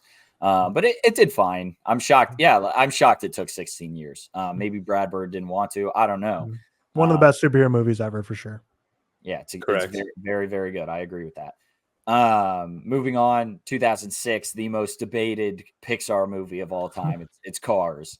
And I'll talk a lot of shit about the Cars franchise. I like the first Cars. I like it. We can get into it more. I'm a fan of the first. Second and third, different story. But just the Life is a Highway scene hit as one of the best needle drops ever. Yeah. Yeah, we talked about that. It bangs, man. Just Owen Wilson as a car. Hilarious, but classic tweet scene of the girls flashing Lightning McQueen. Yeah. I see that thing on Twitter once a week of like, didn't know this as a kid. And I'm like, I get it now. And I get it now. But funny joke. I think Cars 1 is like simultaneously so overrated and so overhated at the same time. Because whenever you watched it, I was like, this is a good movie. This is like a 3 or 3.5. I'm fine with either of those. Like, this is a good movie. I have a good time with it. I like this movie a lot. So anyone hating on it's crazy, but anyone who like says like the best Pixar is also crazy. So it's like so overrated. The Cars franchise as a whole is pretty overrated, I'd say, because the film Twitter hates it. But like film Twitter, like as we've seen with box office stuff, smallest of small bubbles. The widespread Cars is very much loved. Whereas Cars 2 and Cars 3, I hate a lot. But Cars 1, very fun. This is like, I think Cammy mentioned you watched Cars a lot as a kid. This is right up there with Nemo for me, probably of the most watched. Yeah. Loved the Radiator Springs vibe.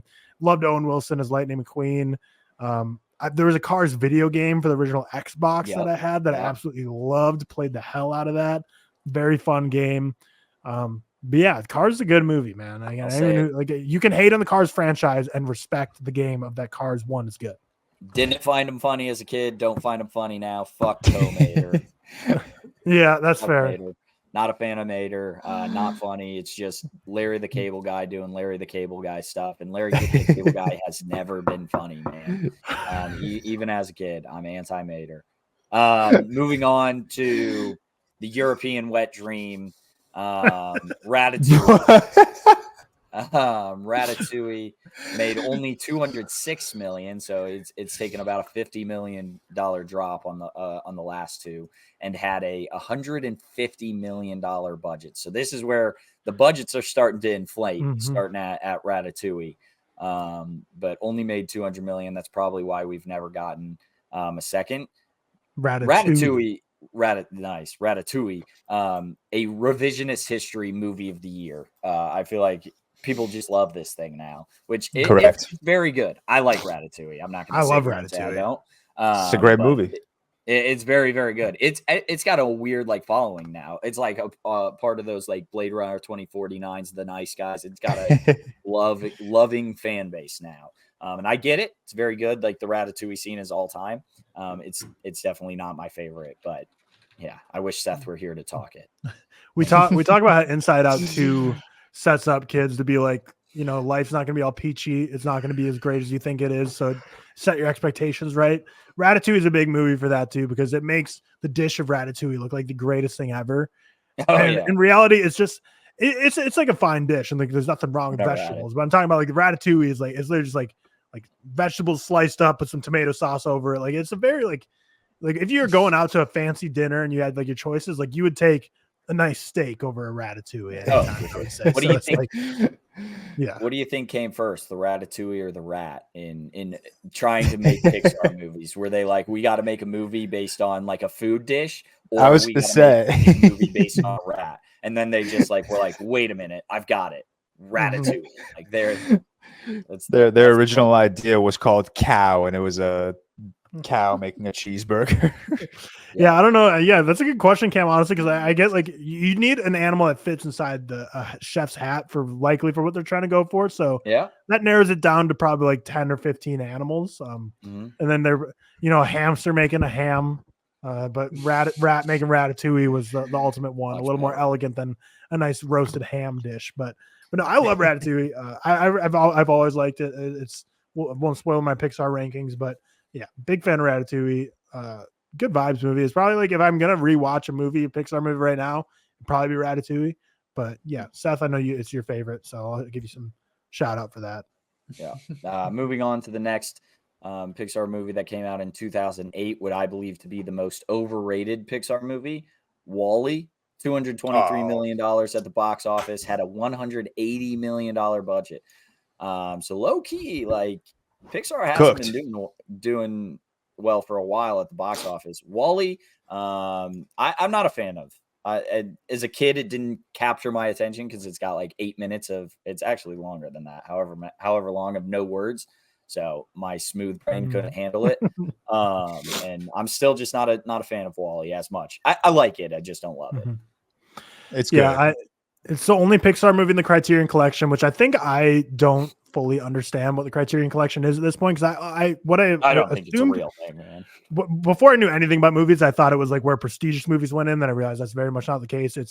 And then I thought it was like where they try and preserve cinema history, which I still think is like what their intent is, like for like movies that are harder to find or like story directors, cultural impact, but like maybe aren't like widely available. So that's why I'm like confused. Like Wall-E, like is a very wide. It's gonna be on Disney Plus forever. I can say streaming, but I guess I don't understand the Criterion Collection inclusion. I could be entirely wrong on this, so correct me if I'm wrong if you're listening and you know. But the Criterion Collection can't just add random movies. They have to get like Pixar had to, they had to get the rights. So Pixar had to approve Wall-E to join the Criterion Collection. It's not like I don't think whoever runs the Criterion Collection was like, okay, let's just fucking add Wall-E. I think they were like, okay, like let's add a Pixar movie. Like it's one of the biggest studios ever, one of the most like influential animated studios, probably the most influential animated studio ever. Like it just feels right to have a Pixar movie in the Criterion Collection. But I think and this I could be completely wrong on, the Criterion Collection, like once Pixar handed over the rights of Wall-E to Criterion, I think they forfeited all of their anyone that buys the Wall-E Criterion, I don't think Pixar makes money off of that, is what I'm trying to say. So I think they're like a little hesitant in doing that because like I think a lot of people that buy Blu-rays and DVDs are probably going to buy Criterions over just standard like 4K. So Pixar doesn't want to just go on and include all of their movies in the Criterion Collection because I think they understand that they probably lose money on physical media sales. But I could be wrong on that. Yeah, interesting. But Wall-E for me, like it did the wrong thing for what they were trying to do with the whole like scaring you for the future. Because I thought the guys in ships sitting around all day, have their lives catered to them on their every whim and beck and call. I was like, this is fucking sick, dude. Get me to this future. This looks so much better than like going to school and studying. I'd rather just like hover around in a chair and eat sushi and play video games. That sounds awesome, man. So opposite effect for me. But this is like kind of like I feel like the Wall-E is like the most like film bro Pixar movie, I'd say. Would you agree? Where it's like if you like people in terms of like I feel like it's the most widely loved Pixar movie by like people who like consider rating films a more serious task. That sounds disrespectful, but it's I love Wall-E. I love Wall-E a lot, but yes, I'm like just a big science fiction head. I'm a big romance guy, and this movie just kind of gave me the best of both worlds. Which like I don't remember what my experience was with Wall-E whenever it came out when I was like fucking 11 years old, but now as an adult, I think I just appreciate it significantly more. I think it's a very like toned down look of our future. It's not like I wouldn't call it scary at all. Like it's just, I don't know. It's just a very interesting look at our future. It's a very interesting look in science fiction. I love Wall-E. I love Eva. I think their love story is really like just romantic and hopeful. It was kind of born out of nothing. And it's this like, I don't know. It's more than just, two robots falling in love. I think it's like two robots, people, born out of completely different environments, finding, similar ground and forming this very meaningful relationship. And then, of course, the science fiction elements, which I'm very attracted to because I'm a big science fiction guy. I don't know. I love Wall-E. I get what you're saying. It is like the most film bro-y Pixar movie. I don't even know what I was trying to say there, but yeah. Moving on, and I take it back because I think this is the most overrated Pixar movie. But May 29th, 2009, Up releases. Another, as mentioned, Michael Giacchino on the score. Made $293 million, so a good amount on a $175 million budget. I don't know, man. Even as a kid, I never got behind this relationship between the two, older guy and Russell, and I forget his name already, man. Carl. See, that's the issue. Carl, yeah, and the opening scene is emotional and it hits. I get it. I'm all there. It's just like I've watched this once since I was a child, and I think I watched it once as a child. Not a bad movie by any means. I don't think Pixar's ever made a bad movie. I'll say that. Not a bad movie by any means. It's just not my favorite. And we'll talk about it. It might be a bottom favorite. It might be. Yeah. Like when did I watch this? Like 3 days ago. So 4 days ago, I would have told you Up was in my top 10 because I hadn't seen it in a long time. And I just remember having such fond memories with it. And then I rewatched it, and I'm I'm on your train, Cam. It's by no means a bad movie. I will never say that. But what I did say in my Letterboxd review is I think just as I grow older and as I go through more shit and as I mature, I think I'm just attracted to different Pixar movies because they impact me in better ways than Up did. I didn't find myself like caring for a lot of everything post that opening scene. Obviously, nothing will take away how awesome that opening scene is. Awesome's the wrong word, but you know what I mean. But yeah, I find like Inside Out, Coco, like these hit on just a much more personal level for me. Even Inside Out 2 hits on a much more personal level for me, and Up just didn't have that. I didn't have that same experience that I once used to with this movie. I used to hate when people would rate Up poorly and be like, you're all just, you're all overrating this movie because of how good that opening scene is. I get it now. I'm kind of on that train because the opening scene is really good. It's really emotional. And then there's just a whole lot of nothing, unfortunately. There's not these like, I don't know. There's no like mature themes of whatever growing up or whatever. Everything just felt kind of very shallow to me, where like there are other Pixar movies that just impact me significantly more than Up does. Yeah, nothing much to add. For opening scene, I think is my favorite scene of any Pixar movie by a wide margin. Everything after that is like average tier Pixar at best. But that opening scene is crazy. I think I wish I was like knew what it was like for like audiences to go see this and like obviously just be completely blindsided. Like especially like this tackle stuff that I didn't really catch up on until like I was like an adult with like the whole like them having like a miscarriage and wanting to have a kid so bad.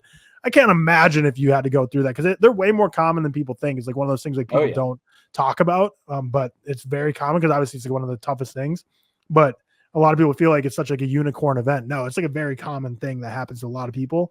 So I can't imagine going through that and then like taking your kid or whatever or niece to go see Up in theaters and then just 5 minutes into the movie just be literally just violently emotionally assaulted and just, there'd be no recovering. Like, I don't know how I would, if I had to go through that, how I would be able to survive that, but that crazy. But yeah, I love the opening scene of Up in terms of being, it's just great. You guys already mentioned earlier in the episode the score. It's almost to the point where like, if you want to play one little tune, maybe the You Got a Friend in Me instrumental, but I'm trying to think like one tune that defines Pixar, I feel like that Up instrumental at the beginning might be like the defining Pixar tune. Yeah, it's great. Don't get me wrong. It's great. But I don't love the movie as a whole. I made a mistake. I just said Pixar has never had a bad movie. And then I was looking at my list and I didn't realize that I didn't have Cars 2 or 3 on my list. So I was only counting 26 movies. I was curious about that. Yep. So we'll get to that eventually. Didn't realize they were not on my list. We'll talk it more. But moving on to what I believe is the best Toy Story movie, Toy Story 3. Toy Story 3 made $415 million at the box office, is the highest grossing Pixar movie at this time. It had a budget of $200 million, so way up the ante on the animation and everything. I think what Pixar does a great job with is always improving their animation while staying in their It all looks fairly similar. Like, they obviously have a style of animation that they go for. They're not making it into the Spider-Verse or TMNT Mayhem, but they're always up in their animation, and they always look great. And Toy Story 3, in my opinion, has the most emotion of all the Toy Stories. It again came out at a perfect time for myself. I was 10 when I would have seen this in theaters, about to turn 11.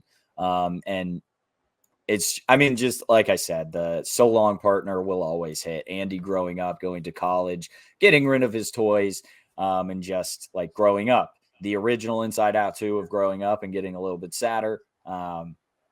It hits, man. And I really love this movie. It was, for a while, my number one Pixar movie. We'll talk about what is now. But yeah, I really love this thing. I think it's fantastic. This is like we're on Toy Story 3, right? Yeah. Yes. Yeah. I was confused for a hot sec. This shit is scary. This is like the one Toy Story or the one like Pixar movie, or I'm like, this as like a child, this gotta be frightening. Like, Lotso is absolutely devastating in this movie. And this is like, I'm looking at like my Pixar ratings, my Pixar ranking, and Toy Story 3, I'll be honest, it's not in my top 5. But like, you could rearrange my top like 7 in any order besides like Inside Out, and I wouldn't be upset. Toy Story 3, I feel like this is, and this might sound weird because it's not my number one Pixar movie. It's not even my top 5, but this feels like Pixar at their absolute full power. Like, they're taking an existing IP that is clearly very successful, and they are basically taking the generation of moviegoers that watched it in the 90s, Toy Story 1 and 2, and then now they're kind of catering to a new generation. So this is like the perfect, like, this movie's for adults who were maybe like preteens, teenagers, young adults for when Toy Story 1 and 2 came out. And this is also for children who love Pixar and love animation and just want to have a good time with it. This feels like Pixar they are pulling out all of their tricks here with Toy Story 3. Yeah, love Toy Story 3. It's my favorite Toy Story. Not too much to add, but Lotso is such a great villain. And yeah, just really ratchets up Toy Story 1 and 2. And the ending of it, just brutal. Would have been a perfect way to end the trilogy, but, we're getting 4, and we got 4, and we're going to be getting 5. But, whatever. I'll be watching anything Pixar makes. Yeah, and just the most emotional scene, obviously, being the end or the incinerator scene, but she replaced, like, the Lotso backstory of she replaced us, and it's like, she replaced you, she replaced all of us, and like yelling at Big Baby, man, that shit hits, man. And like, Lotso is the most sinister villain of all time, man. That's just a crazy movie. That breaks my heart every time. I might watch Toy Story 3 soon. I love that thing. Moving on to I don't think any of us are going to say anything different. This is the worst Pixar movie of all time. Yeah. I'm so sorry. Cars 2 is genuinely really bad. I have it at 2 out of 5. Let's see, like, what the full score is. 39 out of 100. Not horrible. It probably could go lower. I'll never watch it again, though. It's nothing. And it's the very classic meme. Again, very much you see this on Twitter once a week. It's like Cars 1, I want to win the Piston Cup. Cars 2, international spy dilemma. Like, it's a mystery. And then Cars 3 is like, I want to be better and win the Piston Cup again or something. Mm-hmm. And it just folds in on itself. It's such a nothing movie that does not tell you anything about like being yourself or being better or doing anything. Like, it has no message to give to kids. Yeah. It's just international spy dumb movie that's not good at all. I really don't like it. Yeah, it's a whole lot of nothing. They try to do too much, and like you said, they don't say anything, which is like, at this point in time for Pixar, that's like that's what Pixar's known for. Pixar is known for making films for children that say something important that children and adults can find impactful. And Cars 2 just feels like it's absolutely just shitting on like everything that makes Pixar arguably like one of the greatest studios we've ever had. Yeah. Yep. No, I'm with you. I don't like it. Do not like it. Nothing bad. Yeah, it's bad. It made $191 million, so about 50 million less than its predecessor, but had double the budget. So the first was 120 million, and the second is 200 million. And yet they still greenlit a third. Still greenlit a third. I don't understand how Cars and obviously Toy Story. I don't understand Cars is the other one with a trilogy in this franchise, but we'll move on to maybe the most like just unmemorable Pixar movie in my opinion. It's not bad in any way, but Brave came out in 2012. Brave definitely an important movie in the Pixar franchise, but it wasn't something I loved as a kid. I watched it again, and it's totally fine. It's not a bad movie in any way, like I've said with a lot of these things. It's just not my favorite. And I don't have a whole lot to add on this other than $237 million box office and cost about 185 to produce. I haven't seen Brave, so I can't comment. Really? All right. It's been a while since I've watched. You've never seen it either? I've seen it, but probably not since its release. Yeah, see, that's what I'm saying. Like, it's one of the more middle of the road Pixars for me in the sense that like it's so unremarkable, but it's not bad. It's just unremarkable. And so yeah. If you love Brave, sorry, but yeah, sorry to everyone who loves Brave. I've never met anyone who does anyone love Brave? No, probably redheads who grew up at that time probably maybe loved it. Maybe. Next up, Monsters University is the next movie, the legacy sequel to Monsters Inc. Some people love it, some people hate it. Outside of that, this is where we hit the halfway point. So there are 28 Pixar movies. We're in 2013, so 18 years after the first one comes the halfway point. And then now we've been it's been 9 years since Inside Out, which is the next movie up. And there's 14 more. So I think that's where Pixar has its issue. It took half the time to make the same amount of movies. And I think that's the big issue with Pixar and most movie studios right now. Marvel is falling into it. They're trying to make a new G.I. Joe Transformers universe, DC. They just want to oversaturate the box office. Star Wars has to have a new show. And I think Pixar falls into that as well. But back to Monsters University, did pretty well at the box office, $268 million on release with a $200 million budget. And most movies after this are $175 to $200 million budget. But Monsters University, I liked a lot when it came out. I've watched it since. It doesn't have the same appeal. I'm a big fan of it still.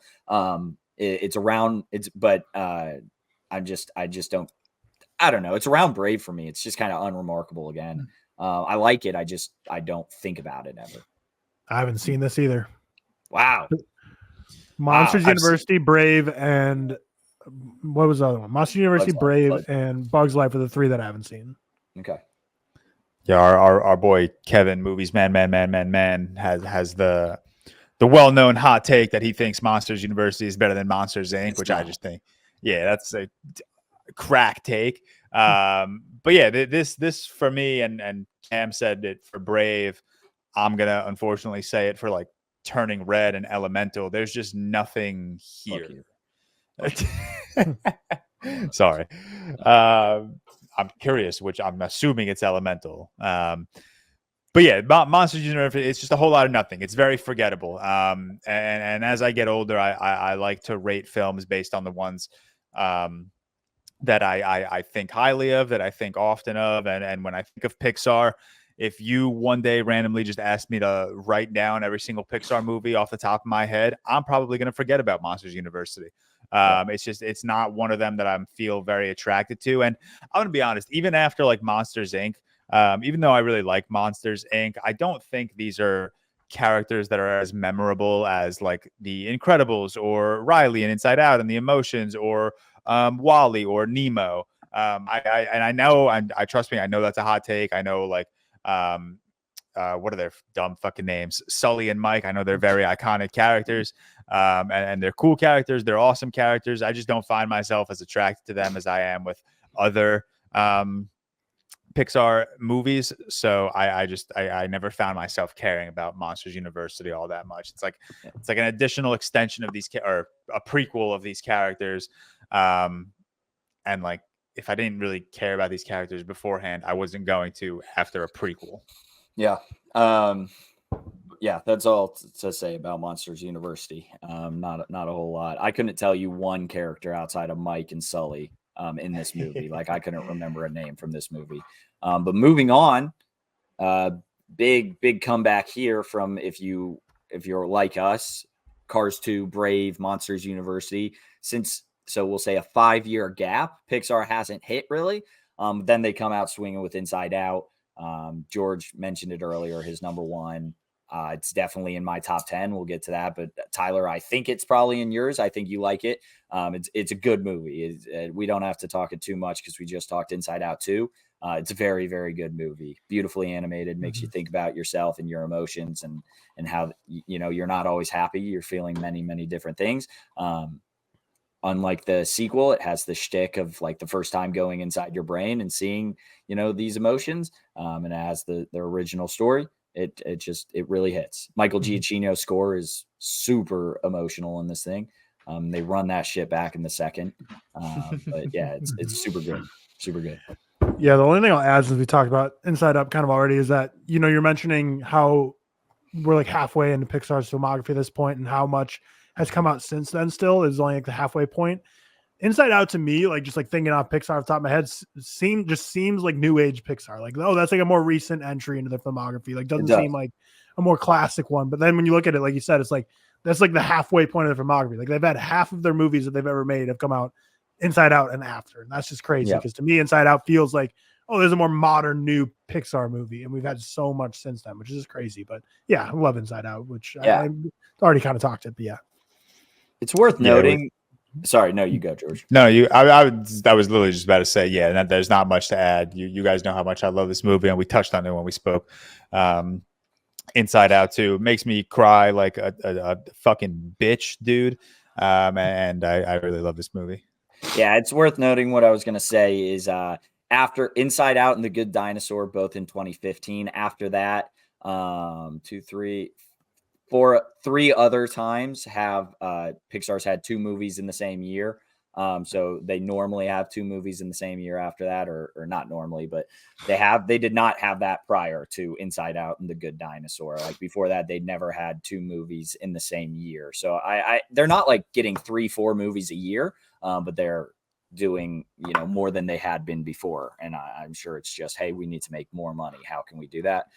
Release more movies like idiots they are. But like I mentioned, The Good Dinosaur 2015, not my favorite. This is what I was going to say was the worst until I remembered those 2 I forgot. I don't like The Good Dinosaur. Again, not a bad movie because I don't think they have too many bad movies, but it's not my favorite. It's like a 60 out of 100. It's just kind of mediocre. This is my first time watching it was this week. I liked it more than I was expecting based on like the Letterboxd average is like a 2.9. A lot of my mutuals are really low on it. It's closer to 3.5 than a 2.5 for me. It's sitting at a 3, but we talk about the Up opening scene being really emotional and having layers to it. Finding Nemo's very emotional opening scene. The first like third of The Good Dinosaur, like, and we talk about like how like Up and Finding Nemo, you might not fully grasp how sad it is until you're older. Whereas The Good Dinosaur is very much like you grasp this as a kid, knowing how sad this is, but like the first third is just like such an emotional battery on kids because like it starts off with like the dad is verbally berating his son, like calling him like a bitch for not following through, like punishing him, like yelling at him, like forcing him to go on a mission he doesn't want to go on. And then the dad obviously dies, so the son just watches his dad die, and then the son gets like swept down a river, like pummeled, and like the animation shows him all like bruised and battered. And so basically in the first 20 minutes you get verbal abuse towards the kid, dad dies. Son gets like near death, like bruised and battered, and then separated from his mom and family. And I'm like, this is like 20 minutes. Like, how is this? A kid's gonna watch this and be like, why the fuck am I watching that? I want a happy, make me smile movie, not a movie that's making me traumatized. But I thought it was cute. I really like the end scene with because he obviously gets Arlo is the dinosaur, I remember, but I can't remember the name of the kid. But they get such a good relationship, and then try and both find their ways back home. And then by the end, the kid obviously wants to stay with the dinosaur, but Arlo makes him stay with his family because that's where he's properly supposed to be. And then Arlo gets to reunite with his family.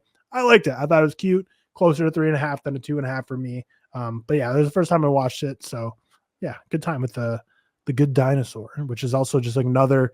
Even though I did like it, that's George talks about like make a list of all the Pixar movies. If I did this like in a week, I'd probably forget The Good Dinosaur exists. Just does not seem like a Pixar movie, but it is. It really, it's definitely the least Pixar movie, I would say.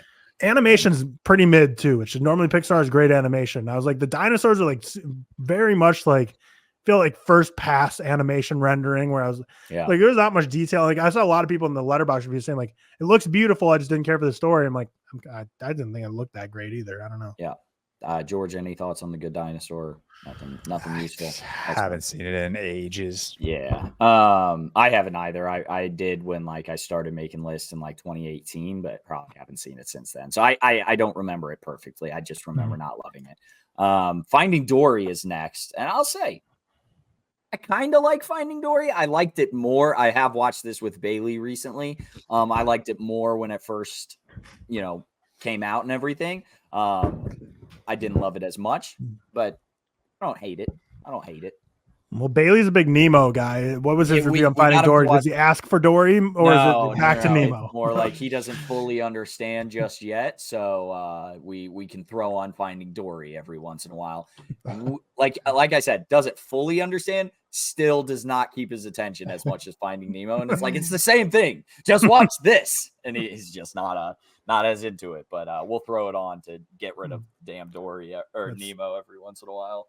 That's so fascinating and also interesting because that's literally jobs of six-figured salaried people at Pixar to just all they do all day is watch kids in a room, watch these movies, and like write down like stop paying attention to this moment because you run your own case study. Like, well, Finding Nemo, whatever formula that had, locks his attention. Finding Dory doesn't quite have that, which is crazy. They probably have so many focus groups of like anywhere from like 1-year-old to like 6-year-old, and just be like, when do these kids start, not watching the TV anymore? We got to keep them glued. But Finding Dory's, I don't know. I think Toy Story are the only movies Pixar's made where like the sequels like work for me, like anywhere close, or like Toy Story's above, like obviously Toy Story 3 being my favorite.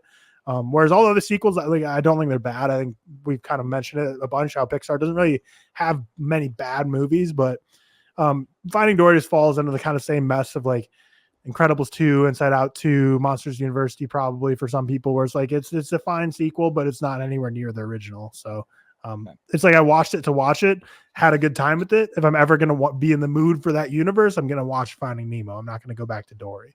Okay. Yeah. Nothing, George? That's fine. Nothing to add on.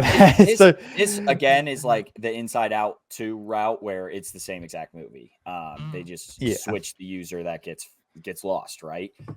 Shout out Phil Dunphy. He's in this, I believe. He's like the beluga whale, right? Or something like that. So shout out him. I don't know his real name outside of Phil Dunphy. I don't either, but he was the commencement speaker at my graduation, but I don't know his real name. I forgot. Was he really? Phil Dunphy. Wait, Phil Dunphy is the name of the dad Modern Family, right? Yeah. Then that was my guy. Yeah. That's funny. Moving on, 2017. It's worth noting, Inside Out did gangbusters, made $356 million, but then Finding Dory shattered everything for the most part, $486 million at the global box office, which crazy that none of these have made $1 billion.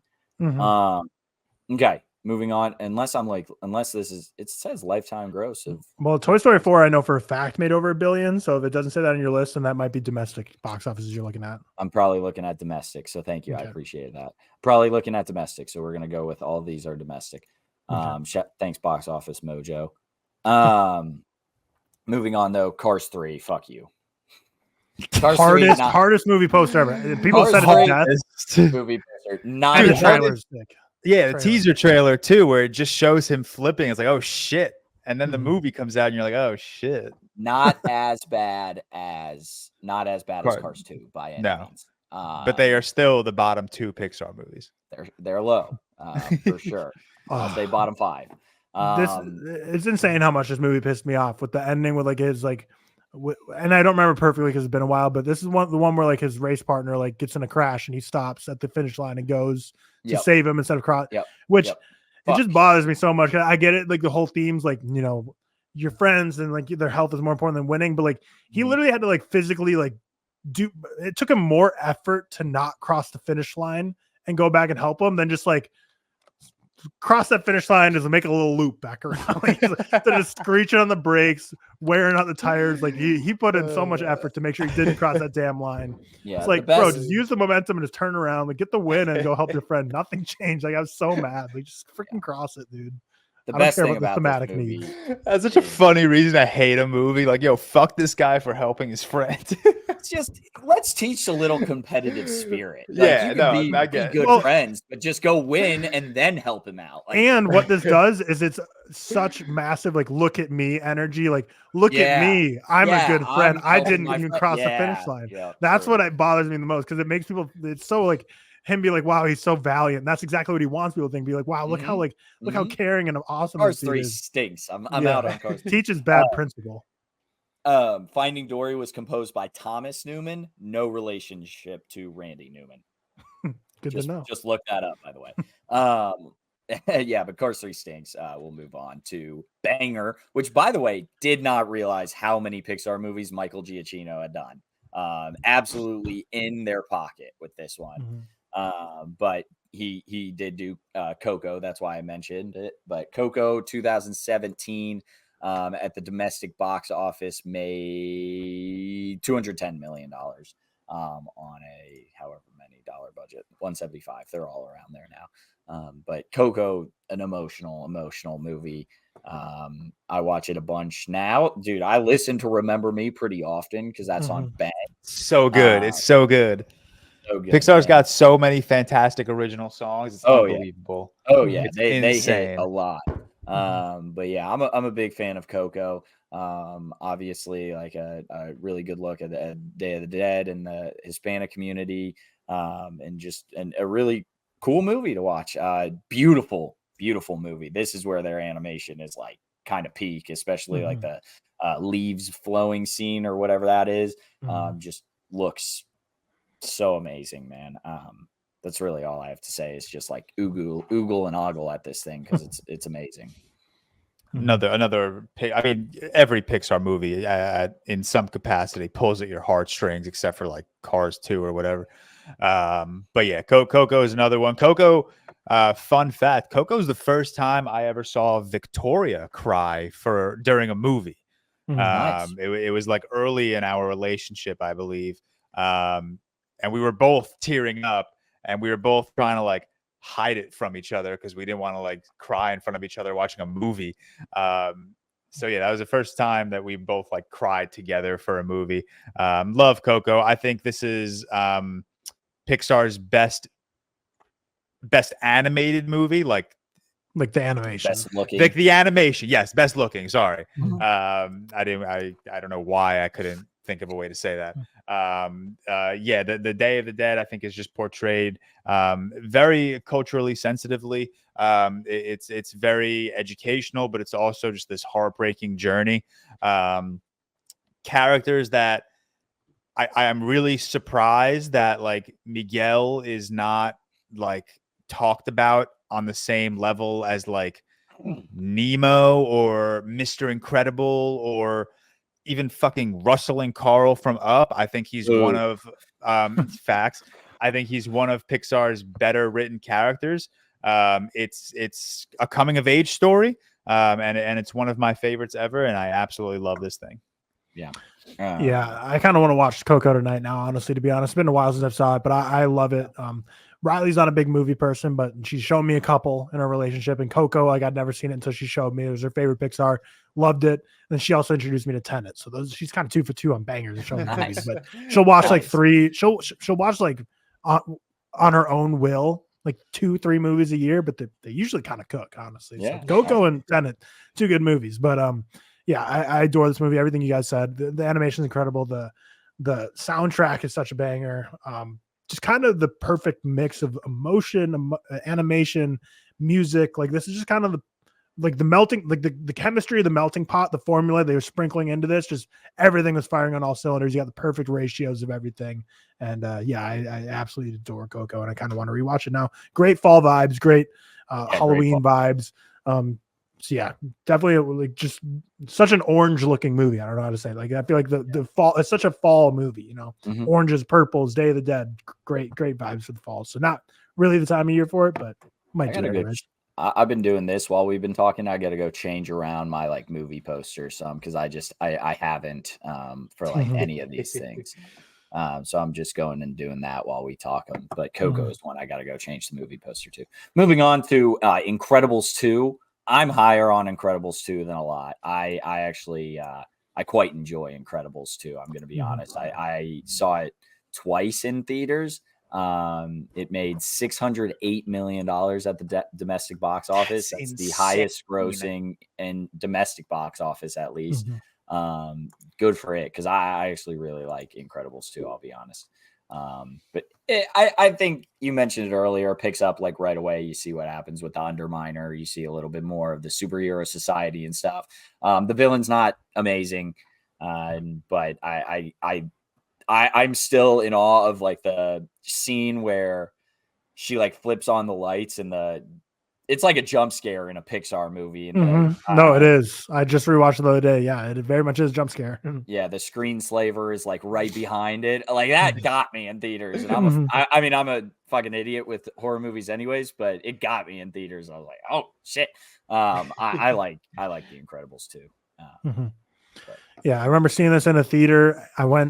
It was when I was interning in Boston, went with a couple people I worked with at the company. We drank and went to a zoo, and we went to the Boston Zoo, and then we went to Incredibles 2 afterwards, and it was a good time. But Incredibles 2 is like the first time I noticed kids movies and kids media being so like just rapid fire neurons 24/7. Because even rewatching, I'm like, man, this is just Incredibles 2. I felt like there was not a single moment where you're just sitting with what's happening or these characters or emotion. Felt like every 2 seconds there's like flashing lights, new action sequence, like bang, bang, bang, bang, plot movement. And I was like, damn, this movie's like giving me whiplashes watching. I'm like, holy shit, like just slow down for a second, please. But no, it's fun. I think it does a lot well, but I think Incredibles 1 just had the perfect family sauce, had the perfect just dynamic between the family. Whereas this one, you know, obviously Mrs. Incredible is like being propped up to be like the leader, and then Mr. Incredible has to deal with kind of playing second fiddle. So I think it has a lot of very interesting discussions on actual like dynamics of relationships and the nuclear mother and father and their roles in society and challenging those a bit. But so like I think it thematically has a lot going for it that works well. But in terms of like what I like watching, like I think The Incredibles 1 was just like a more fun, like family all together, fighting crime, trying to save the day. So I just had a better time with Incredibles 1. But Incredibles 2 is still a good sequel. Like I said when I was talking about Finding Dory, like the sequels I still really like. It's just they don't really hold a candle to me to the first one. Yeah. Definitely higher tier Pixar sequel if you like exclude the Toy Story movies, because those are like the givens, like 2 and 3. But I like it. I think it's a fun expansion of this family.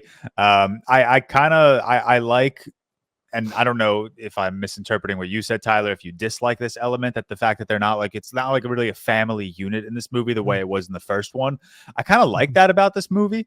I like seeing them all kind of have to deal with superhero life in different ways and on their own, and Miss Incredible is in the forefront, as opposed to Mr. Incredible, which I think was an ambitious choice, but I think it paid off entirely, because I think that just made for a very fun family dynamic. You know, they're butting heads, but they're also learning how to work more in tune as a unit while they're going through this big change as this super family. Funny like random thing I remember when I went to see this in theaters, there were signs all over the theater basically saying like, if you're prone to seizures, do not watch this movie. And I was like, what the fuck am I getting myself into? And then like the screen slaver comes on. Yeah. And like you're tweaking out because there's just flashing lights on an IMAX screen. It's fucking hilarious. But I like this. Definitely not a top tier Pixar movie for me, but in terms of Pixar sequels, it's definitely a little higher. Okay. I like Incredibles too.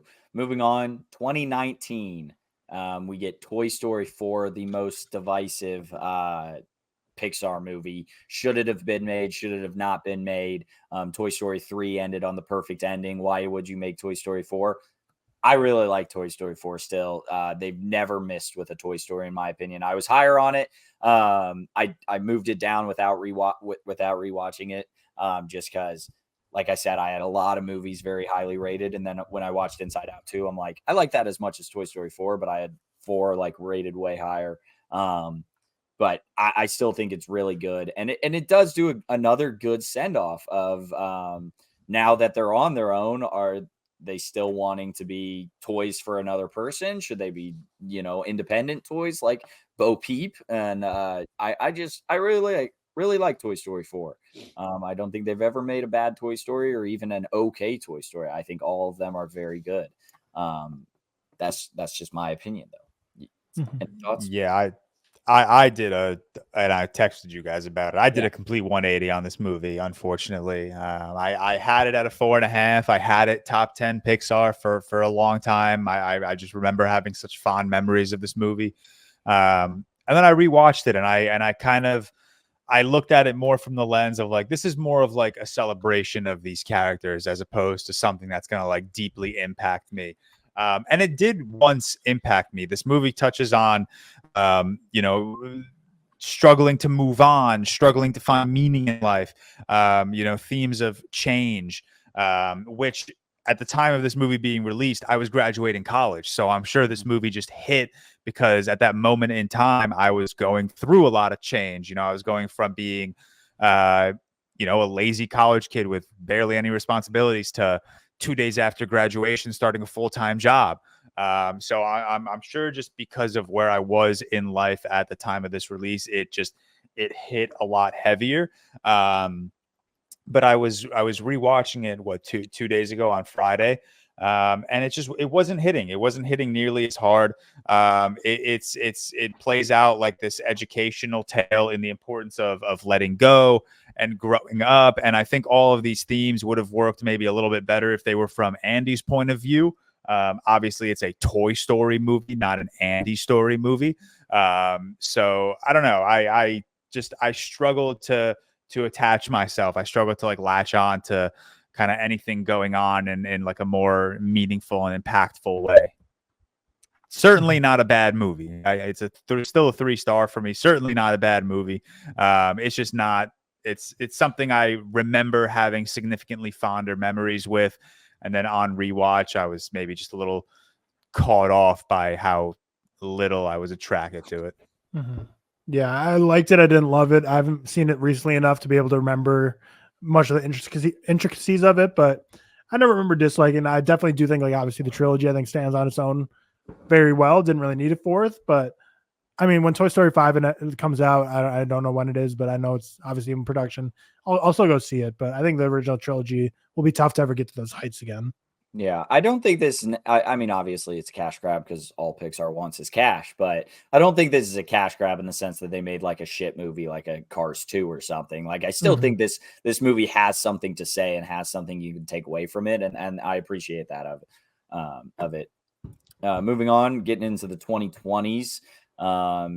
People have had their thoughts on Pixar movies recently, but Onward starting us off. Onward falls into that category of movies that are definitely not bad. I just don't think about a ton. Onward, Brave, Monsters University, Finding Dory. I don't have a brother. I know, like, I've heard like podcasts and people say like they have a brother and like this was super emotional. I don't have a brother, so like maybe it hits you more if you do. But it's just one of those I like, didn't love. I'm the same exact way. I don't have a brother, but I knew right when I watched this movie the first time, I was like, if I had a brother, this would probably hit. Yeah. I don't have a brother, so it's fine. Yeah. George, we're all brotherless, right? Yeah, we are all brotherless, including Seth. So yeah, including Seth. Yeah, so statistically very unlikely. Super, kind of insane. I used to have this movie at 5-star. Really? Wow. Yeah, I was just but a child in 2020, and I don't know. I think so full. I don't know. I don't even know how to explain. Pandemic didn't touch George, and he had his joy. Yeah. And then everything changed. Yeah, and then I just fell off a cliff, and now it's fuck Onward. That's it. That's my insightful input. What do you have it at now? What do you have it at now? I got it at 3-star now.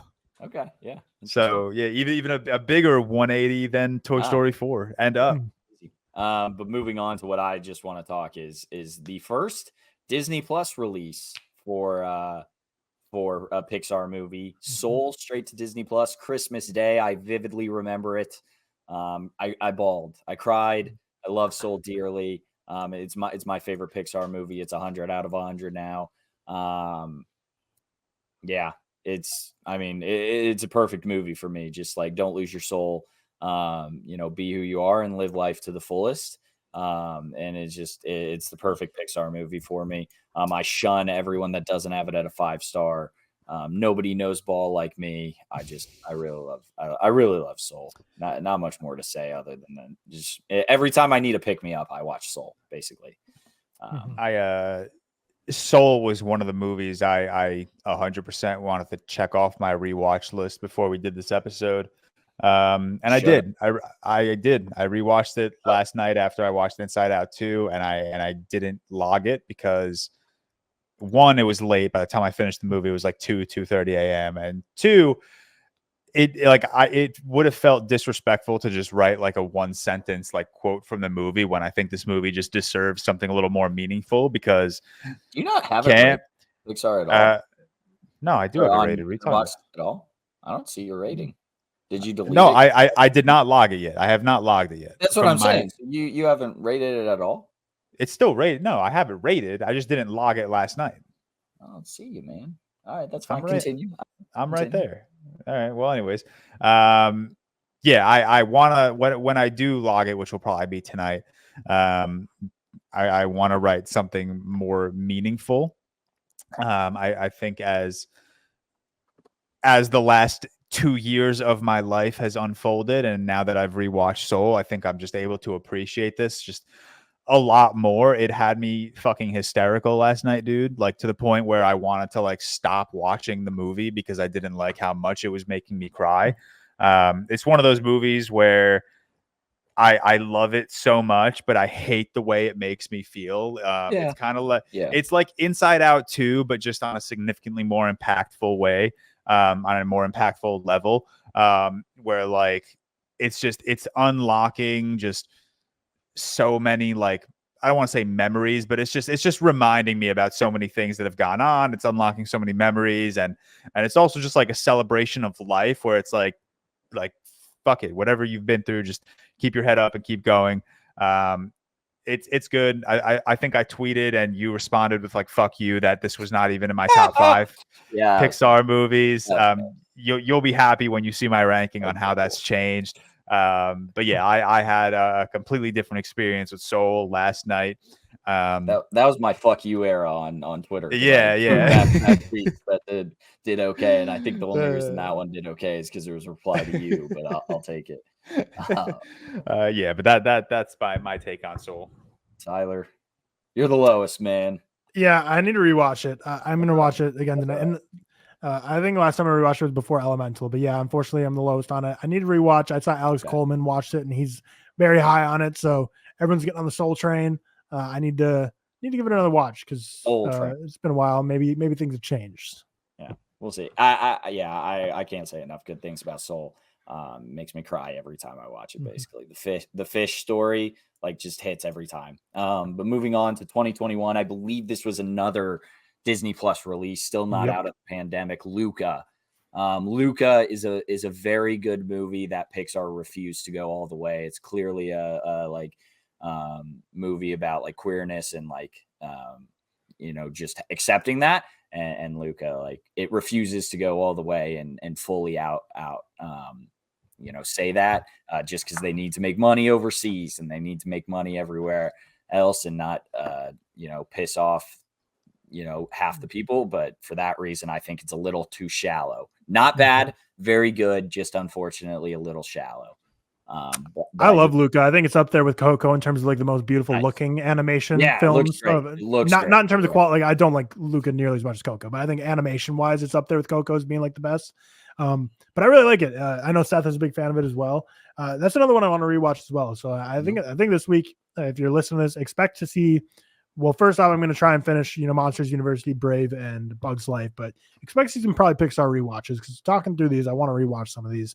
I know George grinded ahead of time to rewatch some, but I'm going to be a little delayed in terms of my rewatches. But right. I really liked Luca on my first watch. which was, straight to Disney Plus. Like you said, I haven't seen it in theaters. I know they've been re-releasing all these in theaters, but yeah, I like Luca a lot. Really love the setting. It looks like Elio, which I don't know when that's coming out. I feel like he's getting pushed back, but it seems like they'll have similar animation look and feel and vibes as Luca. So I'm excited to go back to that since I did really like the animation of this. But yeah, I can see what Cam's saying. It refused to kind of go full throttle.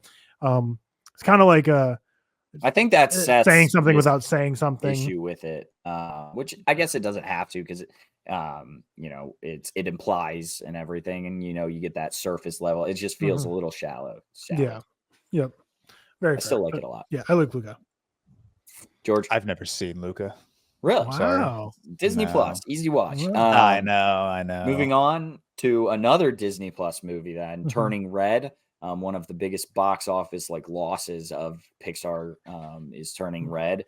I like Turning Red a lot, or I did, and then I just I've never thought of it since. So it has dropped a little bit on my list. I just haven't ever thought of it since. But I want to, maybe I should rewatch it because I remember enjoying it, just not loving it.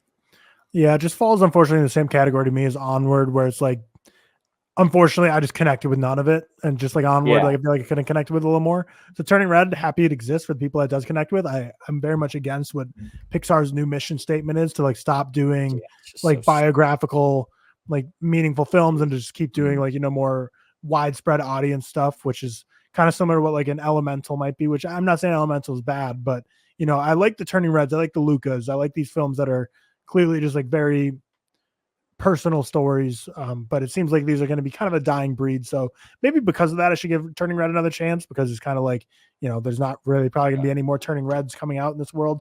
But again, Elio kind of seems like it falls into that same vibe as what they're trying to get rid of. But again, I think Elio's, been a movie we've known about for a few years now, so it seems like it might be a new pivot going forward. But yeah, Turning Red just for me just didn't connect with me.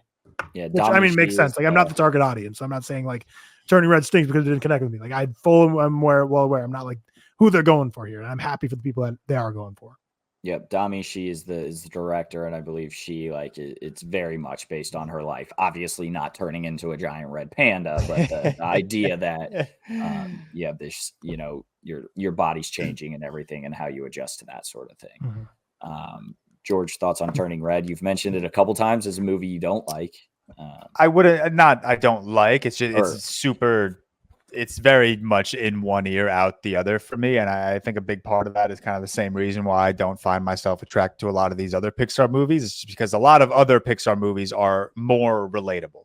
I understand Turning Red. It's yes, everyone's gone through puberty. Everyone's, dealt with whatever unfair parents, strict parents. Everyone's, had that adolescent obsession with, boy bands or whatever.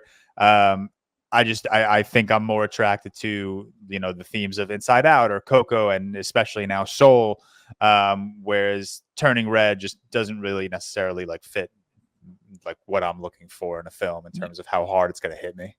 Yeah, that's fine. Moving on to Lightyear, another one that's kind of has a lot of did this come out while the pod exists? I think these next two, obviously Inside Out 2, but I think it's Lightyear came out when the pod existed, didn't it? I don't think we reviewed 2022. Did we? We started in 2022 with the pod, but we started in September, so this might have been a summer release. So we might have just missed it. Was June 17th. Yeah, this was June. Yeah, I was going to say I don't remember reviewing this one because I don't think I saw it in theaters, which is weird for me. But Lightyear's fine. Lightyear in one ear, out the other to the most extent. Boo. Yeah, I think Lightyear looks really good. I used to be higher on a lot of these. I would say it's just I haven't thought of them in a while. Lightyear looks really great, and Chris Evans does a good job. But I don't know, it's just not my favorite. Yeah, Lightyear stinks. I vividly remember going to the theater with Riley to watch it, and we both were during the movie we were looking at each other we're so bored. We should. This is just not a good movie. And then One the movie star ended, is crazy. Yeah, that's so. Is that what I insane, gave it, dude? Yeah, you're lost. That is crazy. But you're lost. Officially, the most overhated Pixar movie. All right, Cars 2 Lightyear. 1 star, so that makes this is not as bad as Cars 2. Though I'll say. Lightyear bangs, man. Lightyear looks beautiful. It looks so good. It looks so good. Don't get me the wrong. fact that this was the movie that Andy watched that made him fall in love with Lightyear and most likely science fiction.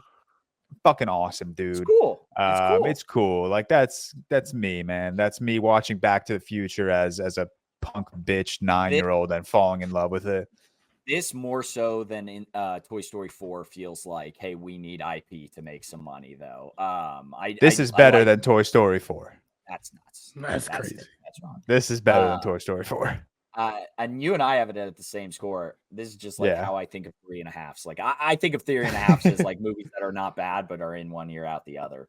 But moving on to the final movie we'll talk about, last year's Elemental.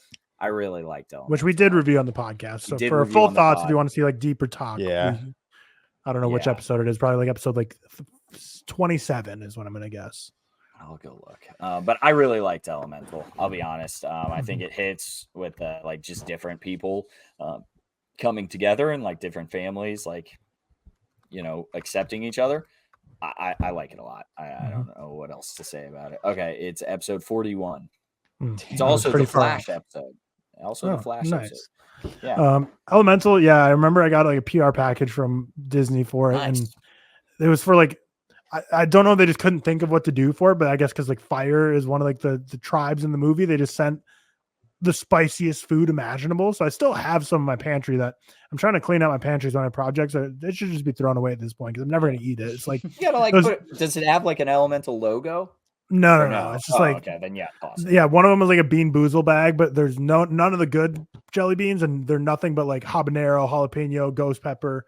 So it's like I'll eat one of them, and I like spicy food. And it's just like blows your mouth off. Gave a couple of like the one chip challenge that I still have in my closet. So it's just like I guess their way of promoting Elemental is just sending spicy food. But I liked it, didn't love it. It's just a middle of the road Pixar for me, below middle of the road. But I know you liked it, Cam. Yeah, I liked Elemental. And then George, any other thoughts? Like we said, we had a review on it. But... Yeah, we had a review. This is, I guess, like my like in one ear out the other. I think it's just a very like in your face story they want to tell of like acceptance and you know being with someone who's not necessarily in your demographic or whatever. I don't know. It's fine. I liked it. I certainly did not dislike it, but very in one ear out the other. Yeah. And then lastly, most recent, obviously being Inside Out 2. Which we just did a full review on.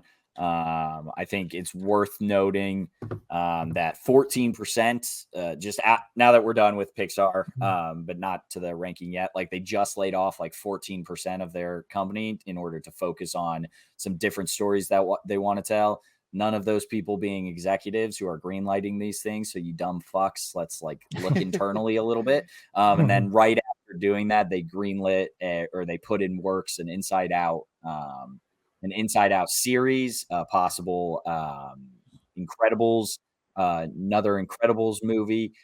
So the big ideas that they had were play the hits. And that's why you're just a dumb company at that point. Like let's look at ourselves. Take some ownership. I just had the tweet pulled up, but classic Twitter fashion. Like when you have Twitter open, you close it and you go back open again. Like you're going to see the tweet for a second and it just disappears real quick. But there's some about Inside Out, the money it made. But it's $295 million worldwide. It's the highest. It's the biggest animated film opening. So I get it. I understand making the same IP, but they also like announced they're not going to focus on individual director stories. Like these are just stupid ideas. I like Pixar movies, but just the idea that you have to lay off all these frontline employees and no one can take a single ounce of ownership for the fact that these movies aren't making as much money. It's baffling. It's asinine. I get it. It's corporate America, obviously, but it's just annoying. All right. So, all right, we'll go into top 10. I don't know necessarily if we need to like go around the horn. Maybe we just do our top 10 considering we just talked about that. You guys cool with that? We're at 2.5 hours almost, or a little less than. So we'll start with George. Give us your top 10 Pixar movies. You can go. Okay. Yeah. Just and I like we said, we just gave quick thoughts. I guess you don't have to go. Yeah, I won't do too many thoughts. We'll go Monsters Inc. at number 10. At number 9, I have Finding Nemo. At number 8, I have Ratatouille. At number 7, I have Toy Story 1. At number 6, I have Toy Story 3. At number 5, I have Wall-E. At number 4, I have The Incredibles. At number 3, I have Soul. At number 2, I have Coco. And at number 1, I have Inside Out. Wow, Where a was lot Soul? of Where was movement. Soul? 3? 3. Lot of Soul was 3. Yes, lot of movement recently. That list looked a lot different like a week ago. I'm gonna take it like normally a host will go last, but I'm gonna take it just because you almost knew ball, George. You almost knew ball. Thank you. So my Thanks. number 10 is also Monsters Inc. An 88 Hell yeah. out of 100 for myself. My number 9, not necessarily the same as yours, but my number 9, a 90 out of 100 is Ratatouille. My number 8, again, a 90 out of 100 is Finding Nemo. So our 10 through 8 are basically the same, just a little out of order. And then I thought it was going to get crazier, but my number 7 is Toy Story 2, a 92 out of 100. And then we get into my 5 stars. My top 6 are all 5 stars. I like Pixar. I'm a kid, and now I have a kid, so it makes it easier. The Incredibles, a 95 out of 100. Number 6, Inside Out. 96 out of 100. Number 5. Number 4 is Toy Story, also a 96 out of 100. Number 3, Coco, a 97 out of 100. Number 2, a 98 out of 100, Toy Story 3. So all 3 Toy Stories in my top 10, or the first 3, I should say. And then number 1, perfect movie, 100 out of 100. I've watched it a bunch, Soul. And I've talked about it a million times. I love that movie. It's Tyler. Yep. My number 10 is at a 4-star, Finding Nemo. Number 9, a 4-star, Up. 8, Luca at 4 stars. 7, Toy Story 1, 4 stars. 6, Toy Story 2, 4 stars. 5, Toy Story 3, 4.5 stars. 4, Inside Out, 4.5 stars. 3, The Incredibles, 4.5 stars. 2, Ratatouille, shout out my UK brethren, 4.5 stars. And number 1 is Coco at 4.5 stars, my favorite Pixar. So Nice. you two have very similar lists. Mine's quite different than yours, but Yeah. Yeah. Terrible. That's all right though. Yeah, I think our last ones might be pretty similar if I'm not mistaken. Maybe a couple forgot we're here doing and that. there. yeah, do a off. bottom 5. Yeah. Bottom 5. George, are you ready, or you want me to go?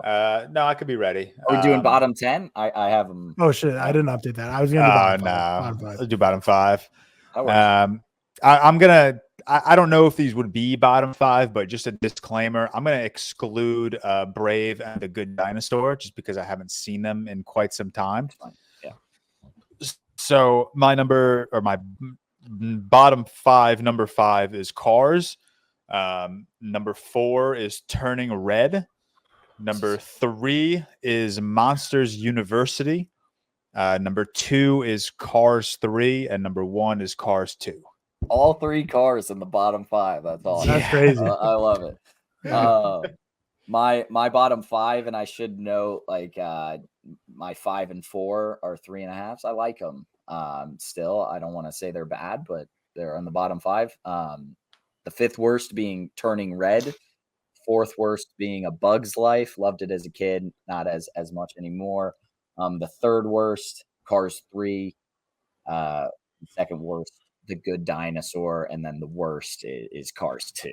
Pretty obviously. Cars 2 being the only negatively rated Pixar movie I have. That's the Good easy. Dinosaur hater. Yeah, I'm sorry. I didn't like The Good Dinosaur. I'm sorry. I don't have Brave, Monsters University, or Bugs Life rated, but my 5th worst Pixar is Onward. Then 4th is Turning Red. 3 is Cars 3. 2 is Lightyear, and 1 is Cars 2. Cars 2 stinks. This is an anti-Cars 2 pod. Hat guy, come fight me. That's a bad movie, man. The movie blows, dude. Horrible, like not good movie that I will never watch again in my life. Yeah, so that was a good, fun discussion. I like going through the dives of these things, especially when I've seen them all and don't have to like rewatch a bunch during the week. So I enjoyed going through the Pixar filmography. Moving on to some trailers, we'll just touch on the big ones this week because there are a couple other small things that we won't talk. But Paddington in Peru is probably the biggest trailer we got this week. I've never seen any of the Paddington movies, so I didn't watch this trailer. They'll change your life.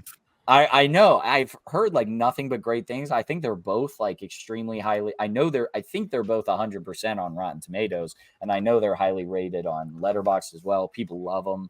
Especially the second. But yeah, the first one still does well. I wonder. I feel like it's difficult to get that 100% now. Like I said, it obviously a lot more people are rating on Rotten Tomatoes now, but I feel like a lot of movies used to have not 100% that I'm looking up and they don't anymore. But yeah, you guys can discuss Paddington 2 if you'd like, or Paddington 3. But yeah, or Paddington 3. But I've never seen. It's not the same director. It's not Paul King who did the first two, so that worries me. The trailer felt pretty sanitized. It feels like it's going to be kind of just looking for money. But it's Paddington. I really like Paddington 2, or really like Paddington 1. Love Paddington 2. Excited for Paddington 3. I'm going to go see it. George, have you seen the Paddington movies? I've not, no. So I need to, because just like Cam, everyone talks highly about these movies. Anytime I see any discourse on Paddington, it's like, oh, these movies will change your life or whatever. I think you'll both love them. I think Paddington 2 for me is a clear step up from Paddington 1, so it's always tough like recommending a movie and being like, I still really like the first one, but it's always tough being like, oh, the first one, just wait for the second one. I hate doing that, but the second one I think is better. But the third one I don't have super high hopes for. But did you watch the trailer for Doug Liman's The Instigators, the Matt Damon and Casey Affleck movie coming to Apple TV Plus? I did, yeah. Mm-hmm. What is that? A movie. It's coming out. I know, but like I was watching the trailer and I was like, this feels like Matt Damon and Casey Affleck were just bored one day and just showed up to I think it looks fun. Set and said, it looks fun, but like it looks like nothing more than like the Fall Guy for me. Like, yeah, I don't know. I feel like Matt Damon and Casey Affleck are not at the point in their careers where they're just going to be doing bullshit movies. Like, they're better than that still. Yeah, I mean, I really like them together, and I'm still going to watch this because I really like them together. Doug Liman's kind of like the straight to streaming king right now because he obviously did Roadhouse this year with Jake Gyllenhaal. Now he's going with Apple TV Plus for The Instigators. But this looks like a fun time, knowing Doug Liman's style of filmmaking, like especially just even thinking about it as recently as Roadhouse. Very stylistic, a lot of flair to it. And this movie looks like the budget's like decent for a straight to streaming Apple TV Plus movie. And obviously with Matt Damon and Casey Affleck together, I'll have a good time with it. But yeah, it's definitely just something that came out of left field when I saw like the poster and then the trailer. Just was not expecting that. But that kind of does it for trailers. So now we can kind of get into movie news. So funny news of the week is Zack Snyder finally got some clarity on the Snyder cuts coming, which is just the most Zack Snyder thing ever. Like, they're changing the names. We have release dates. So on August 2nd, both the Rebel Moon movies are going to be releasing on Netflix. The full director's cut. Chapter 1 is Chalice of Blood. Chapter 2 is Curse of Forgiveness. Completely different than, I believe, without looking up, A Child of Fire is Part 1 and The Scar Givers Part 2. So I'm impressed with myself. That was like a Michael Scott moment. Like, just start a sentence and you hope you find it along the way. Because at the start of the sentence, I was like, I have no clue what these titles were. But yeah, it's I can't believe like the audacity to also like change the titles is so crazy. It's insane. Like, it's insane. It's getting so hard to defend my king, man. It's so insane. Like the name change just put me over the edge. Like, what are we doing? Like, the director's cut, fine. Like, I don't like the way they went about it, where they like told us there was a director's cut and then released the shitty cut, I guess. And now we have to wait whatever a couple months for the director's cut. But like, why are we now? These are just new movies. Like, what are we even doing? Yeah, I don't know. To be honest, I don't know if I'm going to watch them. We'll see. I don't even know if I'm going to watch them, and that's my king. Yeah, it's tough. It's tough out there. One trailer we did skip over because of time. Zack Snyder had that animated series teaser trailer for Netflix. Yeah, that looked cool to me. Like, he might be bringing me back in. But yeah, I don't know. The Rebel Moon, I'm just so deeply uninterested in that franchise. And then we got some more Blade news. We always get Blade news, and it's always bad news. But Yann Demange is no longer set to direct Blade. Eric Pearson, who wrote Black Widow, is now rewriting the script. So now we have a list of Bassam Tariq and Yann Demange were the two directors who have been attached with Blade who are no longer with it. And writers, we have Stacey Osai Kuffour, Bo DeMaio, Michael Starbury, Nick Pizzolatto, Michael Green, and now Eric Pearson. So we're on to the sixth writer, and we will be on to the third director. crazy that there's this much different writers and directors attached to Blade. We still don't have the new director attached. We saw Mahershala Ali's agent come out and say like he's never seen anything like this, which I saw some people discussing. Like anytime an agent goes out in the public to air out dirty laundry like that is like very not good writing on the wall. So I don't know at this point. Like it's been a joke probably for like almost a year now that like Blade's never going to get made. We're ahead of it. It's not coming out. We said it first. I'm waiting for the news to drop that Mahershala Ali has left production because there's no way not like coming that. Out. No, like that's going to be the next big news. Like Mahershala Ali has left Blade. How hard is it to make a vampire killing movie? Like how hard is hard to make is any MCU movie? I don't know. The material's there. This one specifically is the easiest one. Just make Mahershala Ali killing vampires. It should not be this difficult. Mm-hmm. If they can make Abraham Lincoln Vampire Hunter with no source material, we can make a Blade movie with endless source material. Like we're getting lazy. I don't get it. Yeah. Doomed production for sure. And then we said it first. I want someone to go find our clip. Yeah, go find it. Please. We said it first. This movie is said not a long real. time. That was probably like 4 writers ago. 2 years ago. We said it. I think we said it when it got announced. Blade is not being made. Like when it was announced, this thing's not coming out. We said it first. This movie's fake. It is fake. Yeah, it's ridiculous. Henry Selick is set to direct a stop-motion adaptation of The Ocean at the End of the Lane. I'm not familiar with the story, but he's describing it as an almost sequel and companion piece for Coraline. I love Coraline. Huge fan of Coraline. I don't know, George, did you like Wendell and Wild? That was Henry Selick's latest film. I think you watched it. Man, I forgot entirely about that movie. Until forgettable movie. It's not bad though. It's pretty good. That's the one with like Keegan Michael Key is in it, right? Yeah. Less forgettable if it wasn't a straight to Netflix movie, but I think that's the issue with a lot of these, and we mentioned it in our Pixar talk. A lot of the ones we said were forgettable were like straight to Disney Plus, and I think that's straight to Netflix. I think those kind of movies are what like go to your theater experience, man. Theater experience elevates it. Huge fan of Coraline. They're also releasing the 3D version of Coraline this year as well. So Coraline news. I had to step out. Obviously, did you guys say fuck you to Netflix already for the Rebel Moon movie? Oh, we were saying fuck you to Zack Snyder. Actually, yeah, I don't know if I blame him 100%, but I could, but fuck you. We both said we probably aren't going to watch it. Are you going to watch the director's cuts? I don't know, man. Do we have to? I don't know. I feel like it's like I feel like I should because it's like no, I'm not going to watch it. Well, okay, the title's changed. Listen, at the end of the day, I'm a Letterboxd whore. So if these are new logs on Letterboxd, I'll probably watch and log them. That's so whack to make the titles different. So the laymen are gonna think that they're new Rebel Moon. Oh my god, man! I can't imagine someone's getting excited. I've talked to people at work about Rebel Moon, and like they're like, "Yeah, pretty good." I don't get it. Man. I love it. Sony Pictures has acquired Alamo Drafthouse Cinema. George, are there Alamo Drafthouses in New York City or? Yeah, there's one downtown in Manhattan, and there's one in Brooklyn. Mm-hmm. Yeah, I've never been to an Alamo Drafthouse. They're cool. They're cool. They're really like I would never in my life go watch like Dune at an Alamo Drafthouse, but like I saw Immaculate there, and that was probably a great movie to watch there because like it doesn't really matter. It doesn't need to be on a massive screen, but and the vibes are really cool there. The vibes are cool. There's cool vintage posters everywhere. It's got like this very like dim lighting. The bar is always active. You can order food to your seat. It's cool. It's a cool experience. I've been there a couple times. I saw Gran Turismo there with Alex. I saw. Is Alamo Drafthouse the original like order food to your seat?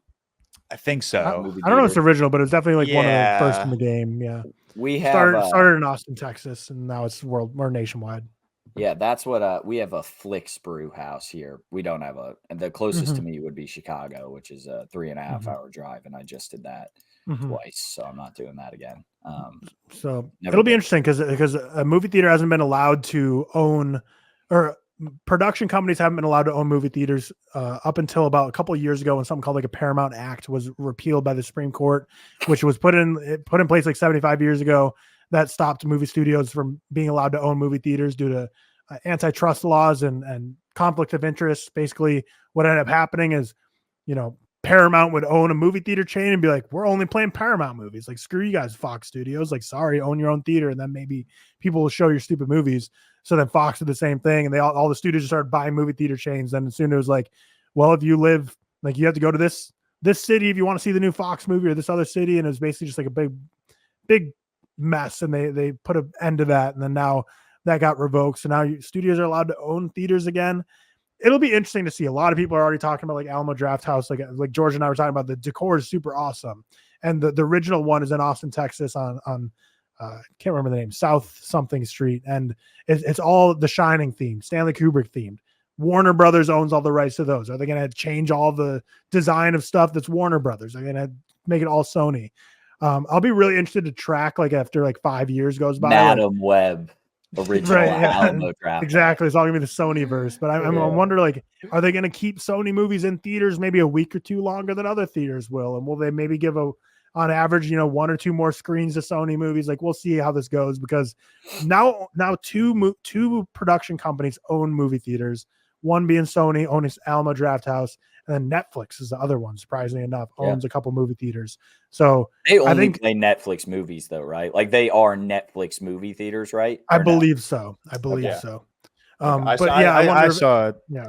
Sorry, there was I only saw one when I was in California like 2 years ago with Victoria. We passed an all Netflix theater, and it was only showing Netflix originals. Yeah. See, like that, I'm okay with if it's but if like my AMC gets bought by Disney or something, and you can only that's annoying. But if you have like a Netflix theater, I get that it only plays Netflix movies. Like, that makes sense to me. But before this, Alamo was the quickest growing theater chain in America. So, like, does Sony continue that, or do they just say we own this now and then we won't really be devoted to maybe, like, because there's not that many Alamos. They could really just make a bunch of Sony theaters across the country now. So who knows? We'll see what they do. But and then it's also only an East Coast thing, I didn't realize, or an East thing, like Texas On, which was interesting to see. Yeah, it's weird how it worked before this, because it's like a very franchise based thing. Because like Arizona had a few, and then they like all were owned by one franchisee, and they all went out of business. So, but yeah, definitely it's a big Texas thing. But like 5 Dallas locations just went out of business. So it was a dying like it. If it wasn't for Sony, they'd probably be out of business. So I take that back. Apparently, there are some in California, San Diego. Okay, I take it back. My map was not loading that far, I guess. Fair enough. Last bit of news. I might butcher this name, but Catherine Lagaia has been cast as Moana in the live-action Moana remake. Obviously, I haven't seen anything she's done. I don't know if she's been an actress before this, but it was really cool news. Yeah, I loved seeing the reactions of people within the communities, like seeing her get cast and how embraced she's been so far. Because obviously we've seen time and time again people get cast in Disney roles, live action roles that people are like, oh, like this is not the casting I would go with, or they don't even look like them or anything like that. And then it was cool seeing like she's getting really embraced by her community, and they're propping her up and very excited for her. So should be really cool. Seems like a very awesome opportunity. Obviously, will be a few years before we see it, but obviously Dwayne Johnson will be back as Maui. But shout out to her for getting cast. Awesome news. We'll see that movie in a few years, because Moana 2, I believe, comes out this year, right? The animated one. It's end of this year, which is I'm worried about Moana 2. I think Lin-Manuel Miranda gets a lot of shit and deserves a lot of it, because like he doesn't always make great songs. The songs in Moana bang though, and I'm very worried he's not coming back for it. I love the Moana soundtrack more than most, but yeah, she had good like her sister has a TikTok and like just celebrating her and stuff. Good like to see of good family stuff. One more piece of news real quick. Did you guys see my text? The Despicable Me 4 popcorn bucket. Awesome popcorn bucket. Hey guys, you don't have to make a fuckable popcorn bucket. This has to be the worst popcorn bucket design for theater employees, though. Oh, this is gonna be a mess. Spill things everywhere. I have to get this though. It's a baby carriage, so like a baby carrier popcorn bucket. That's cool. I think that's funny. I'm excited. But yeah, wait, the scale of this picture looks crazy.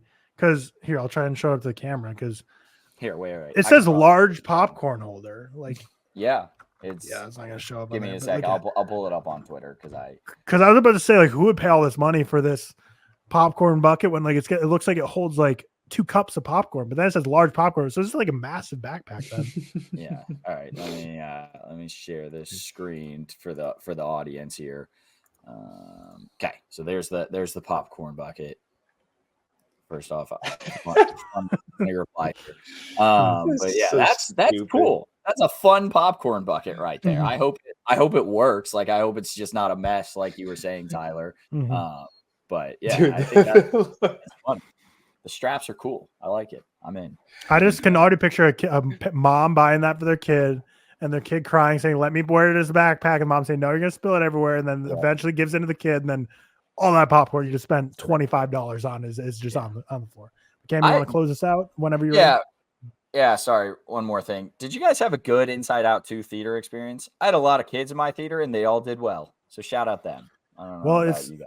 I think for like movies like Inside Out 2, like I feel like Despicable Me 4 is going to be like a very bad theater experience because like the Minions, Inside Out has like, you know, like the emotions are like Minion-esque, I guess, like whereas like, you know, cartoony thing, like kids like no one's I don't think kids have that same for the emotions though, like they are in Minions. Like no, it wasn't bad for Riley and I, but it's the Despicable Me 4 is going to be different. I'll say that right now. That's very true. Wonder if anyone's getting suits this time around. Is that going to become a thing again? Shit, we should get ahead of the trend and make some merch tuxedos. We should start selling tuxedos. I like it. Get something going on the ReelTok podcast. Get some Groots. Man, was that a word that people have already used before? Because that's something that we should brand. I think we should. I like that. I like this idea. We're all Groots. All right, yeah. Fantastic episode. Thank you guys for joining. Thank you everyone for listening. Seth, we hope you're having a fantastic day with your with Anna's dad. Shout out to our executive producers, Sean Morales and Stefan Nieberich. We really appreciate your guys' support. Appreciate all you do for this channel. Shout out all of our patrons. Thank you guys so much for helping us out. Another 2.5 hour episode, another long episode for us, just talking Pixar. Some of my favorite things. Leave a comment, ask us questions. We're trying to be as interactive as possible. Let us know what you guys like about the episode, what you don't like about the episode. If you want more movie news, if you want less of these filmography rundowns, but we think people have been liking them a lot. Thank you all for watching. Thank you for liking the video. Follow us on Spotify, Instagram, YouTube, TikTok, all of these things. Rate us 5 stars on Apple, Spotify, whatever you can. We appreciate it. Subscribe to the YouTube if you can. On Thursday, we have a real quick episode, not a normal draft. We'll be playing a game, George versus Tyler. Happy Father's Day. It's a day late if you're listening to this, but happy Father's Day to everyone. Friday, Star Trek, The First Contact, Patreon review, exclusive to our Patreon. So go there if you have not already. Thank you and goodbye. Peace.